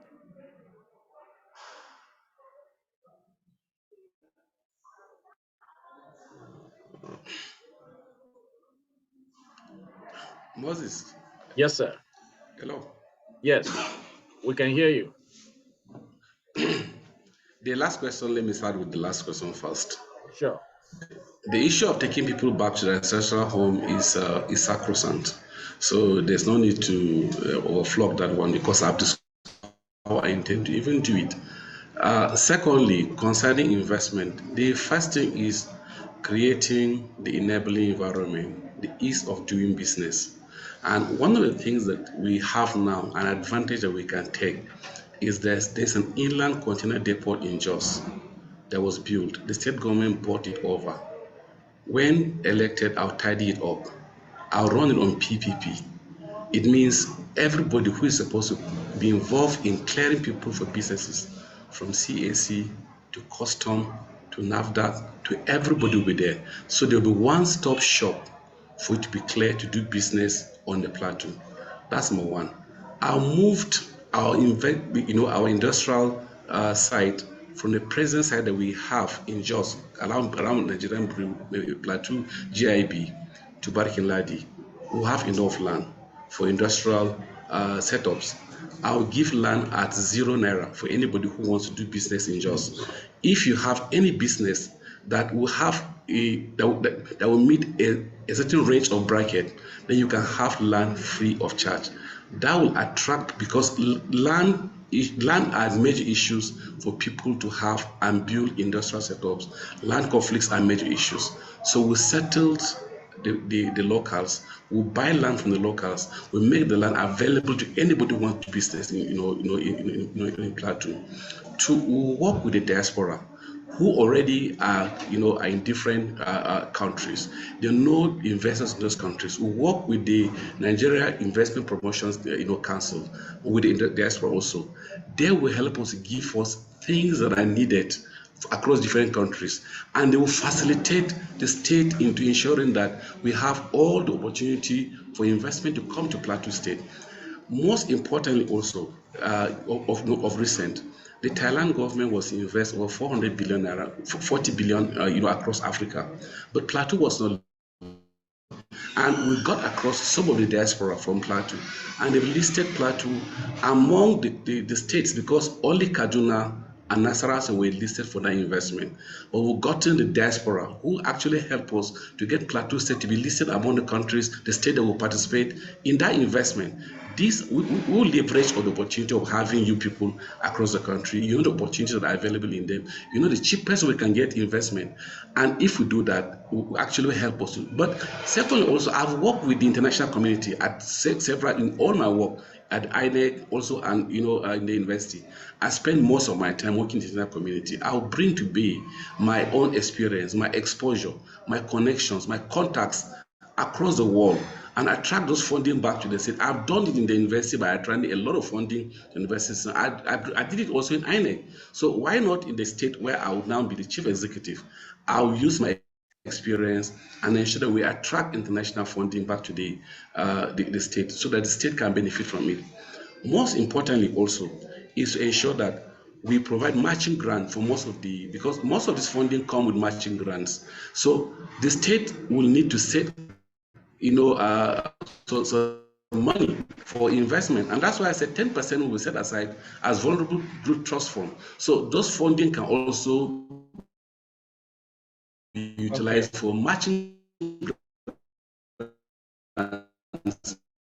All right, sir. For funding that will be required for you to attract direct foreign investment. Okay. All right, we want to thank you so much. You are freezing at this point. Okay, so I will take the last question with you since I have it here. Please, in 1 minute, that will be the last question. Thankfully, you have addressed part of the question. Now, this last question is based on the idea, hopefully, whatever, should you become the next governor of Plateau State? Because at the end of the day, it's only one of you that will become the governor. Now, Dr. Nentawe, I'm still with you. Should you become the next governor of Plateau State? Now, considering all the resources, other candidates, other aspirants, will you be open to working with other aspirants? Now, I'm asking this question because one of the successful presidents of the United States was Abraham Lincoln. And one of his strategies was bringing on in his cabinet all candidates that he contested with. And history says they brought in all their experiences and made his government a successful government. So would you be open to working with other contestants that have contested with you? And then the second part was what you would do with diaspora, but you have mentioned that, so you don't have to say anything on that. And then lastly, which of the candidates you want to say something positive about that really inspires you, your opponent that really inspires you? So please, 1 minute. Yes, let me just first tell you that when it comes to the issue of who inspires me among my other contestants, Barrister Caleb is the person I've known longer than all of them there. I knew him when I was in secondary school as a junior student. And I've known him more than anybody among all the aspirants. Somebody who actually treated me as a junior student. He was not harsh to anybody. He's a nice person. He was also in NIFES. I was also a product of NIFES also. All of us were a product of NIFES. We're a product of NCCF. All of us are ESCO. So I've come to see him as a brother that I look up to as a young person, and we've lived together. We've come to make ourselves friends. We're actually friends to me also. That's Caleb Mutfwang. Then concerning if I can work with others, why not? I'll be open to work with others also on terms, because there are times that it depends on the quality of the person that I'm also assessing. I mean, I'll assess them, and those that can fit into what I intend to do, why not? I'll bring them to the cabinet and I can work with them. I'm open discussion on that, people that are prepared. Thank you very much. Now, this question will go to Mr. Luca Panpe. Should you become the next governor of Plateau State, would you be open to bringing your opponent, let me use that word, to work with you? Secondly, what plans will you have in terms of working with Plateau State citizens in diaspora? 1 minute, please.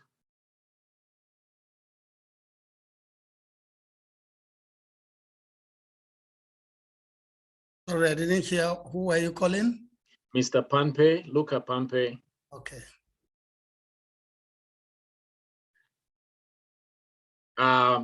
Dr. Dakum, it seems like you're ready. So maybe I'll give that chance to you. I'll come back to Mr. Panpe. Dr. Dakum, the same question to you. Hello. Okay, let me start with the question on the diaspora. I think I am some semi-diaspora, so I think I understand exactly the way the diaspora or thinks and works as an associate professor at the University of Maryland. But I think the strength of the relationship will revolve around three things. Number one is strategic engagement. There will be no need, for instance, a governor comes to the US or to the UK, and then the lead persons and those that will follow up are not members of the diaspora. Number two is clarity of the purpose of what we intend to achieve together. And number three, of course, is reciprocity of value. What are they bringing in? What is in it as you bring it, those investments? I think for the diaspora, I think it's very, very key that you know that you have a very important role. I'm a product of the work of diaspora and the works that I do. the millions of dollars that I currently manage is a product of such partnership framework.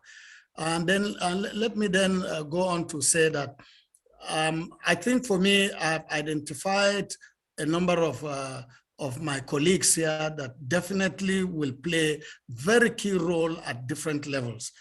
I don't want to demean their position by mentioning anything, but I think consultancy is a very thing that anybody anywhere would be able to contribute meaningfully if the person will not be directly in government. But I see a lot of strengths.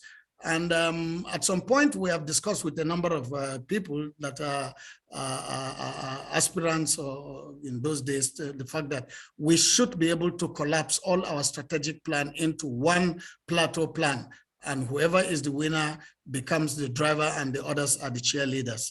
So for me to also say in terms of inspiration, I think I've been inspired by virtually everybody that has been here based on the contributions that I have seen. And I'm very encouraged that Plateau State will be better.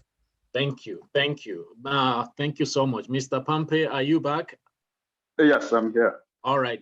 Same question goes to you. Yeah, and to be straightforward, we can't undermine the contributions of diaspora. For one reason, if you look at what they have contributed according to CBN reports, and you want to break that down to Plateau State, they're talking about $2.4 billion for this year alone. And so that is not something that you can play around it. And so we'll be opening ourselves up, for engagements at the level of security, level of the economy, level of tourism, and all that, just like I said initially. And then secondly, too, I have immense respect for all, the candidates that have also participated on this particular platform. And I cannot underrate any of them. And at the end of the day, the issue is about Plateau State. How can we drive Plateau, beyond its current status in the true sense of the word? And I think I've been inspired by all of them. Their level of depth of understanding of the issues. And if we can bring all these engagements in one plate and work, in synergy assiduously, we'll be able to take Plateau State to, the expected level that will address the issues that we have also identified in the course of this discussion. Thank you. Thank you very much. Thank you very much. The next person is Mr. Dimka, George Dimka. I will give you a chance to answer the same question, and after you, Mr. Barrister Caleb will close that session before I call Mr. President. So, Mr. Dimka, the same question. Over to you. The question. Should I ask the question again? No, don't worry. Okay. I have my ears on the ground. I'm very pleased to tell you that we are all political opponents. We are not enemies. We've all spoken extensively on virtually everything generic.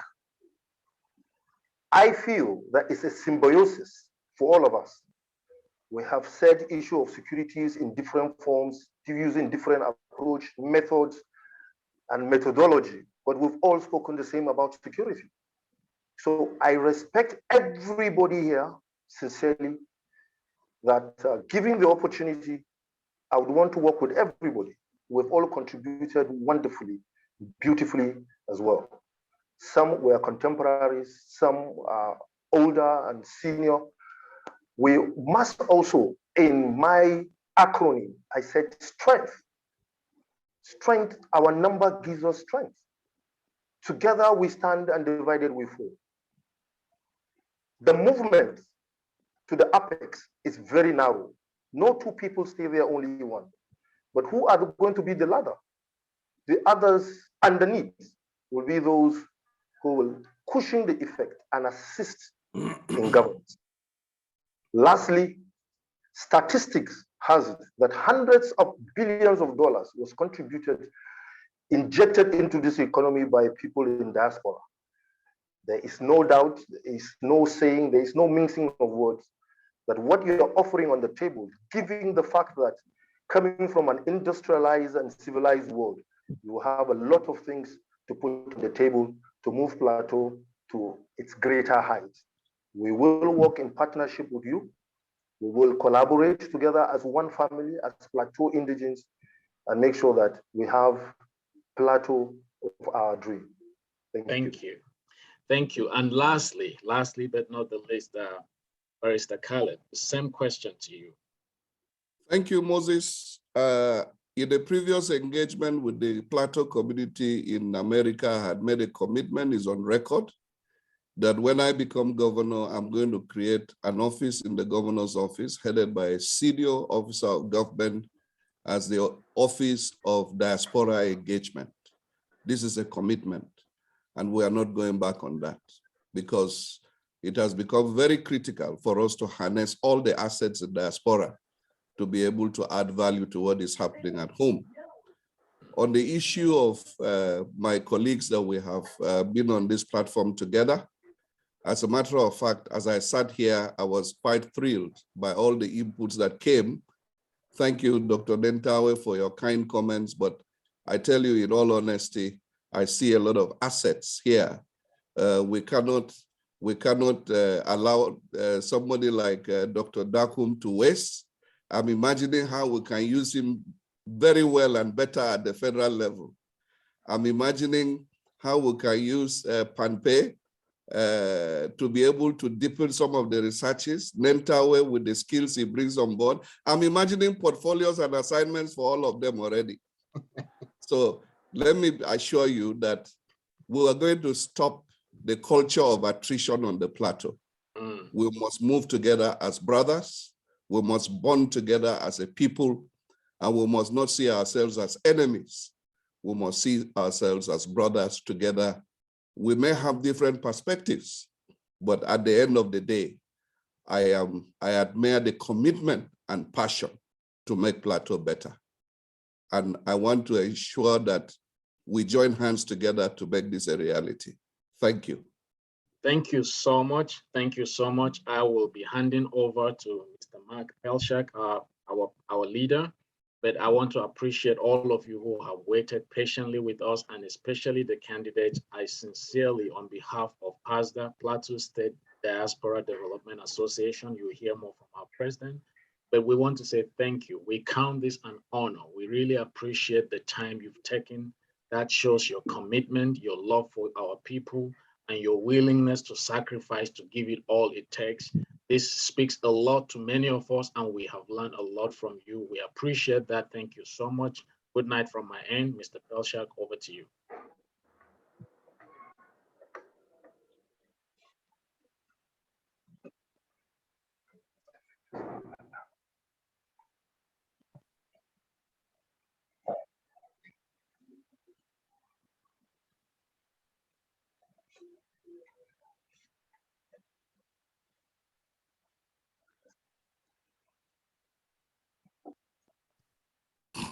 We can hear you, Mark. You're muted.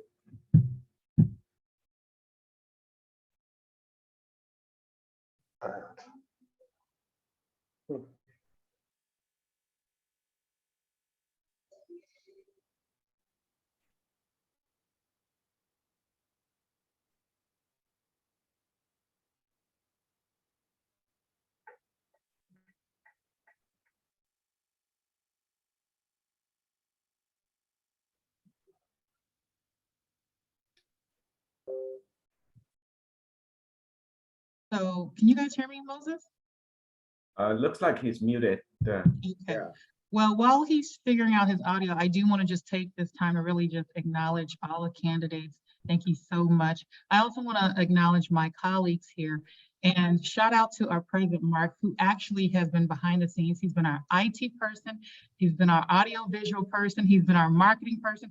So he is absolutely wearing 5 hats just to be able to run this. So I just want to give him a shout out. You know, I know technology is an amazing thing and sometimes it can be tricky. So I just want to thank you all for just your participation. And it's been really great to just hear all of your thoughts and your processing and just the way you guys envision moving forward with Plateau State has been great. So I know he's still struggling with his audio, but thank you for putting me on the screen. Moses, if you want to go ahead and take the outro just from a timing perspective, because I know that Mark is behind the scenes trying to sort things out. So go ahead and close us out, Moses. Can you hear me? Can you hear me? Can you hear me? Whoa. Yes. Oh yeah, now we can hear you. Okay. All right. Wait, But they can see me. They can see Yeah. my face right here. All right. Do I have an echo? Yes, you do. Yes, you do. Have echo. Turn this off.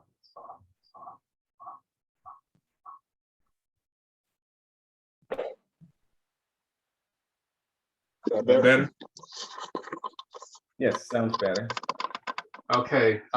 Like Nanka has said, I've been behind the scenes, pulling the switches, changing the lower third, getting you all the name correct. I know it wasn't a perfect broadcast, but again, we, the Plateau State Diaspora Development Association, have been working tirelessly for the last few months, meeting multiple times a week to put on this showcase for Plateau citizens as well as for yourselves. You know, we feel it's important for everybody to have the proper platform to be able to express, you know, what their plans are for Plateau State.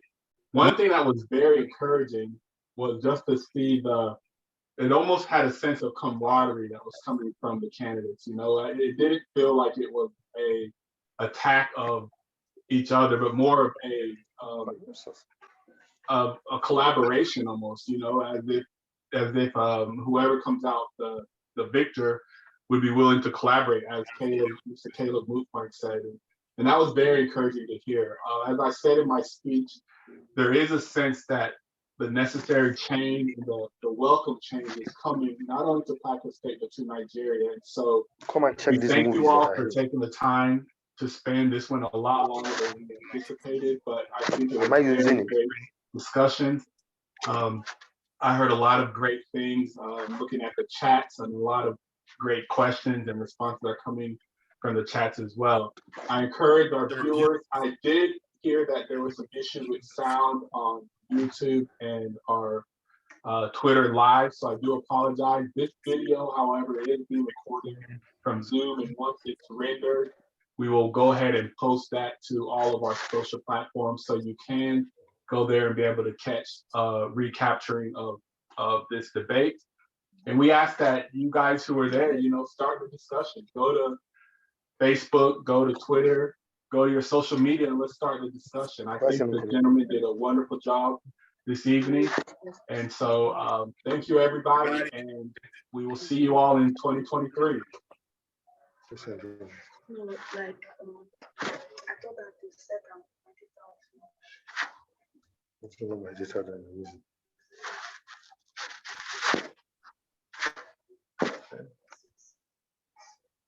Finish. Thank you. I think we're signing off.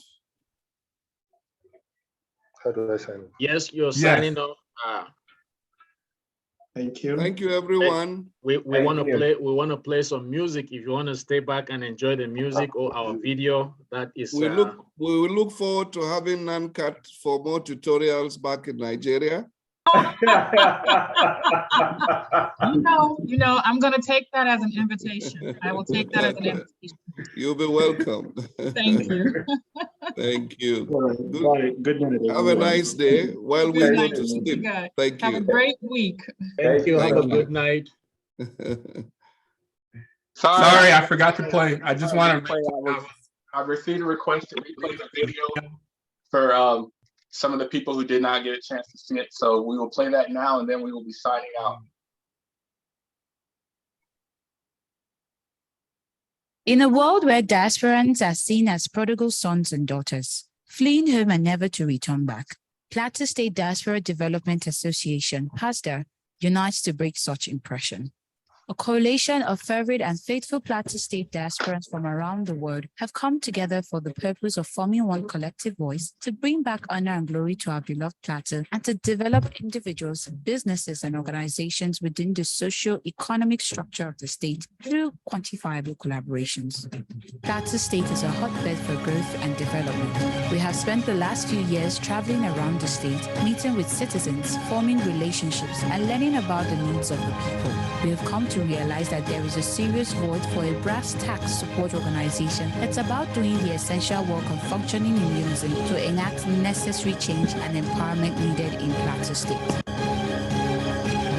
PAZDA is a non-profit organization founded on the idea that we can all make a difference in our Plateau communities and that better living conditions for all are possible when we work in harmony with one another. Our mission is simple: to build partnerships with Plateau State individuals and small businesses on a variety of projects ranging from the advancement of technologies to education, agriculture, fashion and entertainment, cuisines, and lots more. We feel that there is no better person to bring forth change on the plateau than those fully immersed with the day-to-day struggle of what it means to live, work, and survive on the plateau.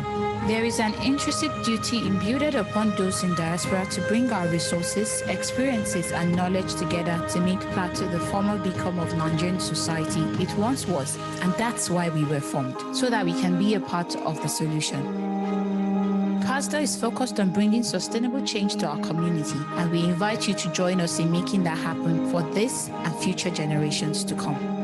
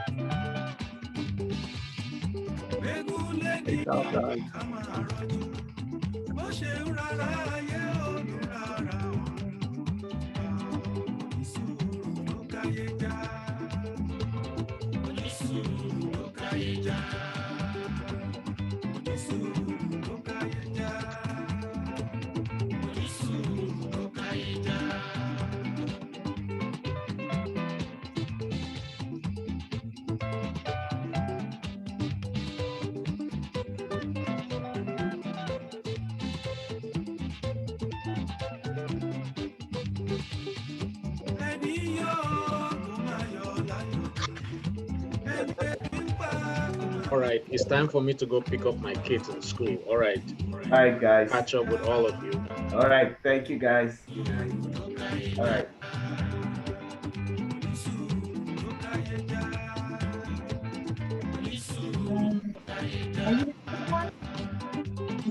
Yeah. All right. All right, I'll see you. Bye.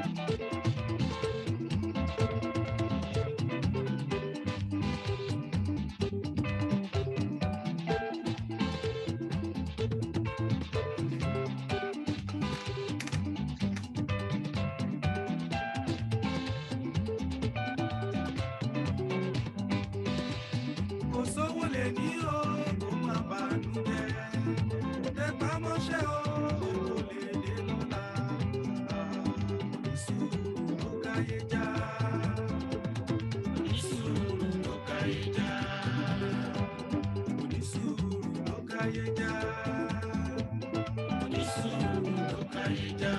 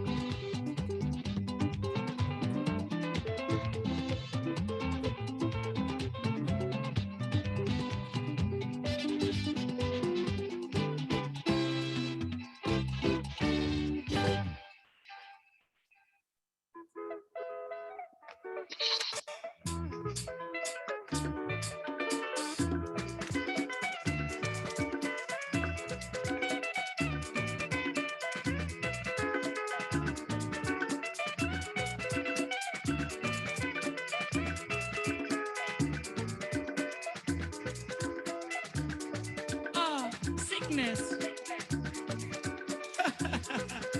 Sorry.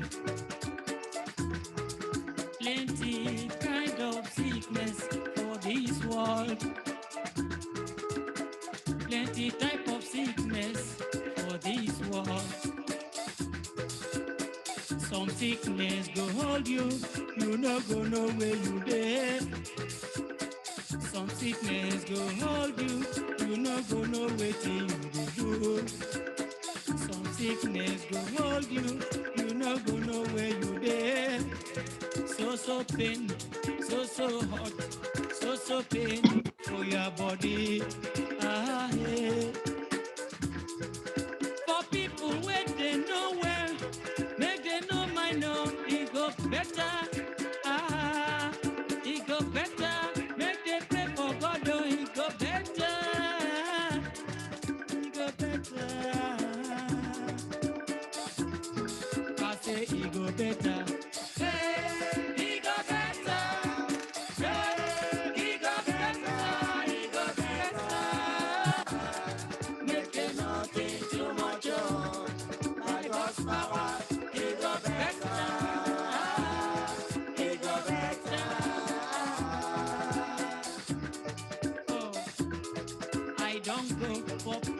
Hospital for this world. I don't see plenty type of sickness. Some people they die, oh. Some people they well, oh. Some people they come for hospital, and some people they discharge. Some another they for their home, they know well. All na sickness, sickness. Every part of the world, now sickness. Ah, oh, oh. For people who know well, make them not think too much. Oh, by God's power, it go better. It go better. It go better. I say it go better. It go better.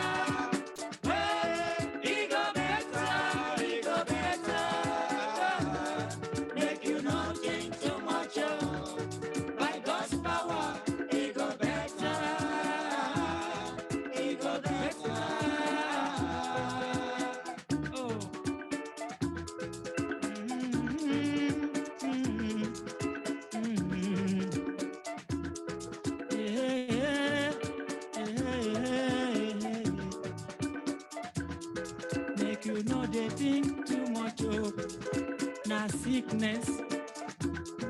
By God's power, it go better. If you pray to God, it go better. Now God give, oh, God do forgive you our sins. So I God forgive us our sins. Make we no sick, oh. Make we no they die too much. Oh my Lord. Hey, sickness, sickness, oh sickness, oh sickness, ah sickness, ah sickness, oh oh oh, ah sickness, yeah, ah sickness. For people we know well, oh, they get nothing too much. It go better. I say he go better. Hey, he go better. Hey, he go better. He go better. Make you not think too much. Oh. By God's power, he go better. He go better. I say he go better. Hey, he go better. Hey, he go better. He go better. Make you not think too much. Oh. By God's power, he go better. He go better.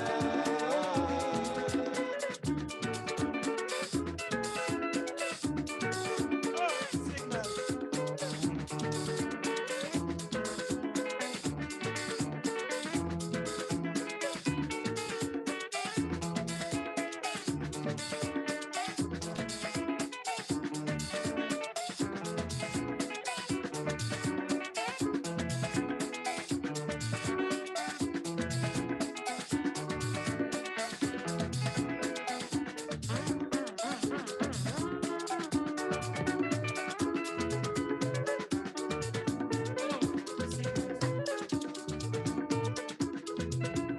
What you see, make you no mind. Make una no think too much. Remember, say no be you be the first person we sick. Now the thing where we come to see for this world. Anywhere you there, if you know where, make you no think too much. But the last thing, na death. Oh. But it go better by God's power. Oh. I say he go better. Hey, he go better. Hey, he go better. He go better. Make you not think too much. Oh. By God's power, he go better. He go better. I say he go better. He go better. He go better. He go better. Make you not think too much. By God's power, he go better. He go better.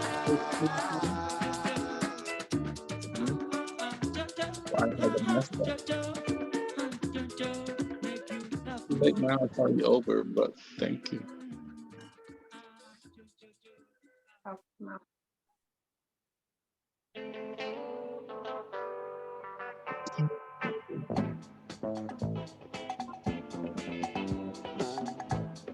Now he's all involved. He doesn't like to do nothing. Now he's like, I can take up anything.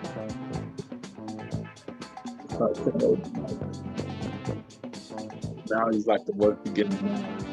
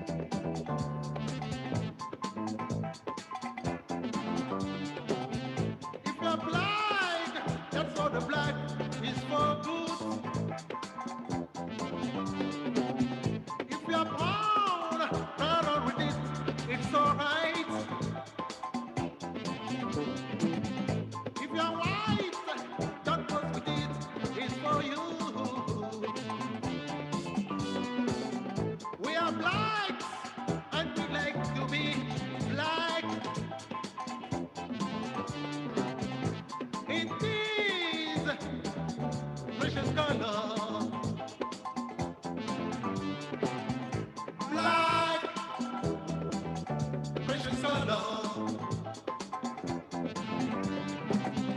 Black, precious color. Black, precious color. Black, precious color.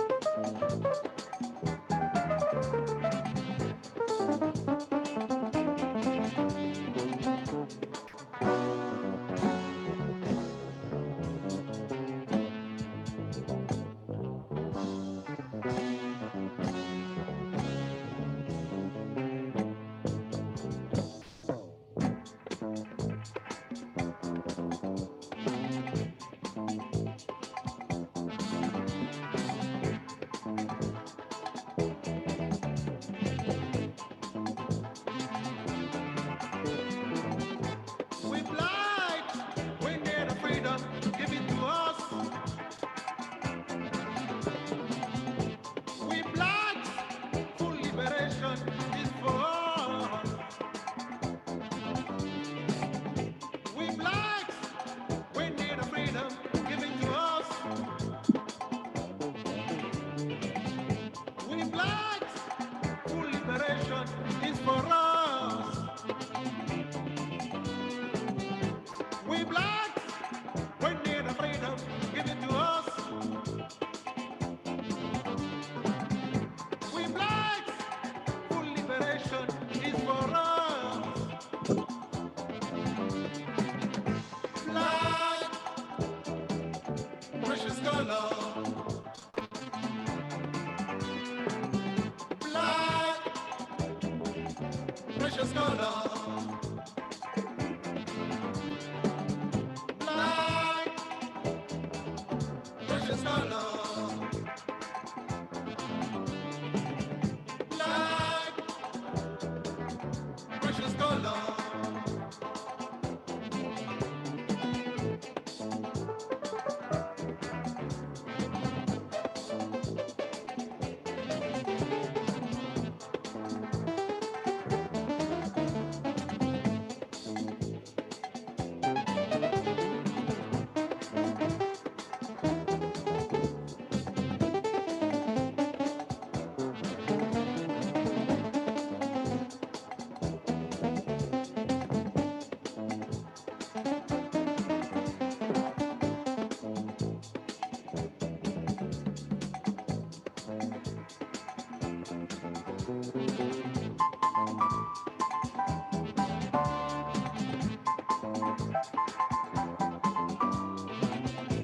We black, we need a freedom, give it to us.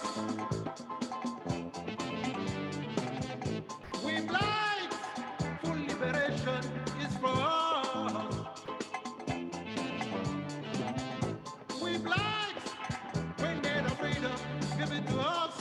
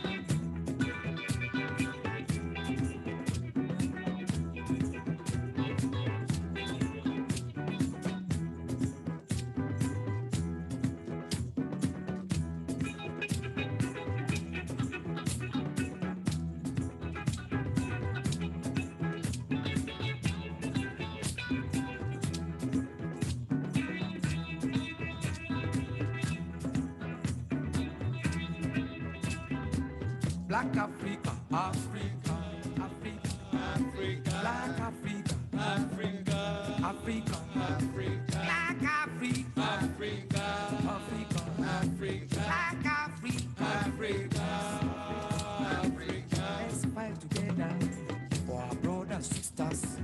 Let's fight together for our brothers and sisters. Let's plan together and fight for our rights. Let's plan together and fight for our rights.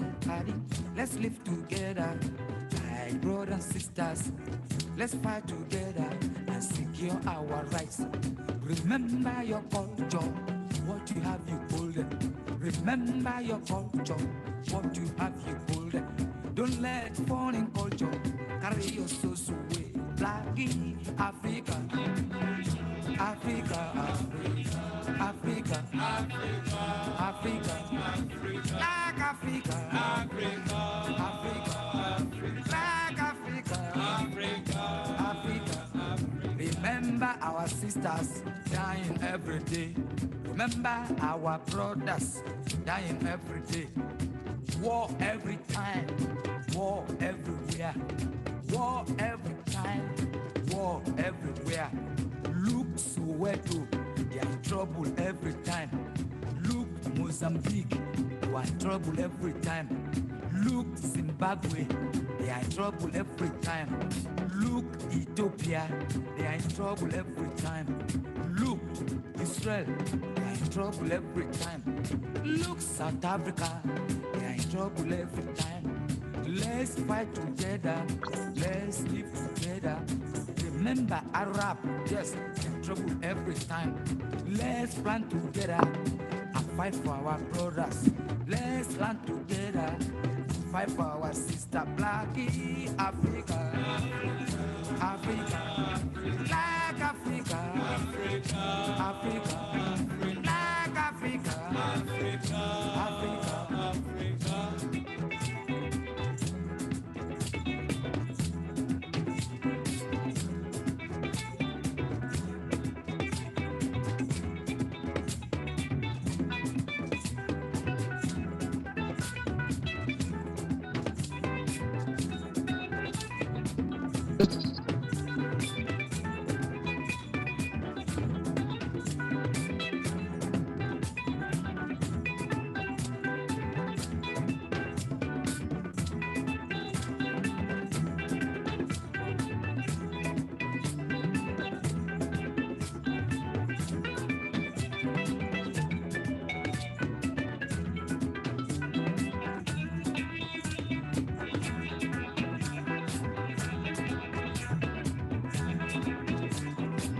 Black Africa, Africa, Africa, Black Africa, Africa, Africa.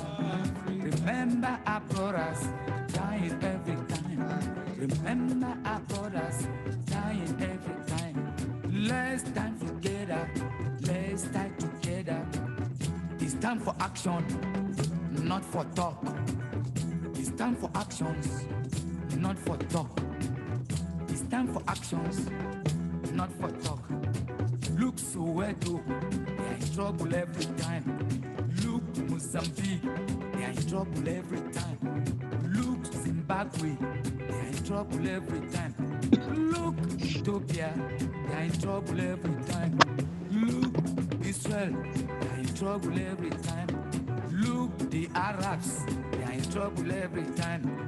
Look South Africa, they are in trouble every time. Black Africa, Africa, Africa, Black Africa, Africa, Africa, Black Africa, Africa, Africa, Black Africa, Africa, Black Africa, Africa.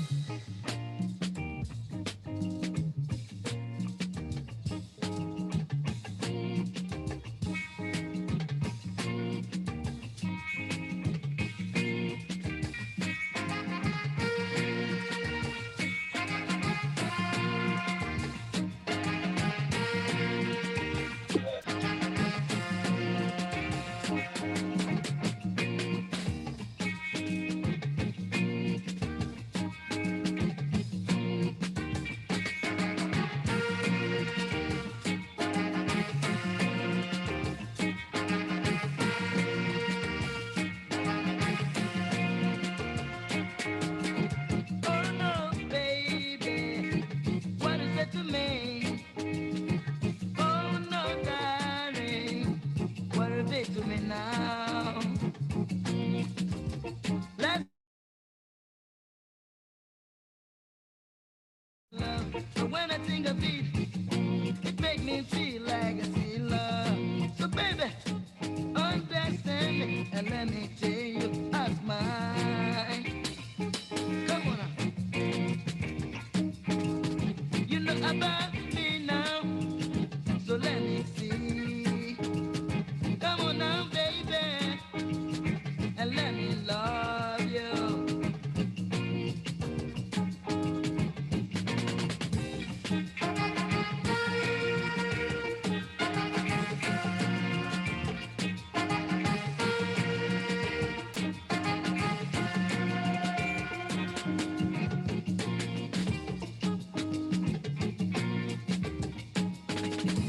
Oh no, baby, what is it to me?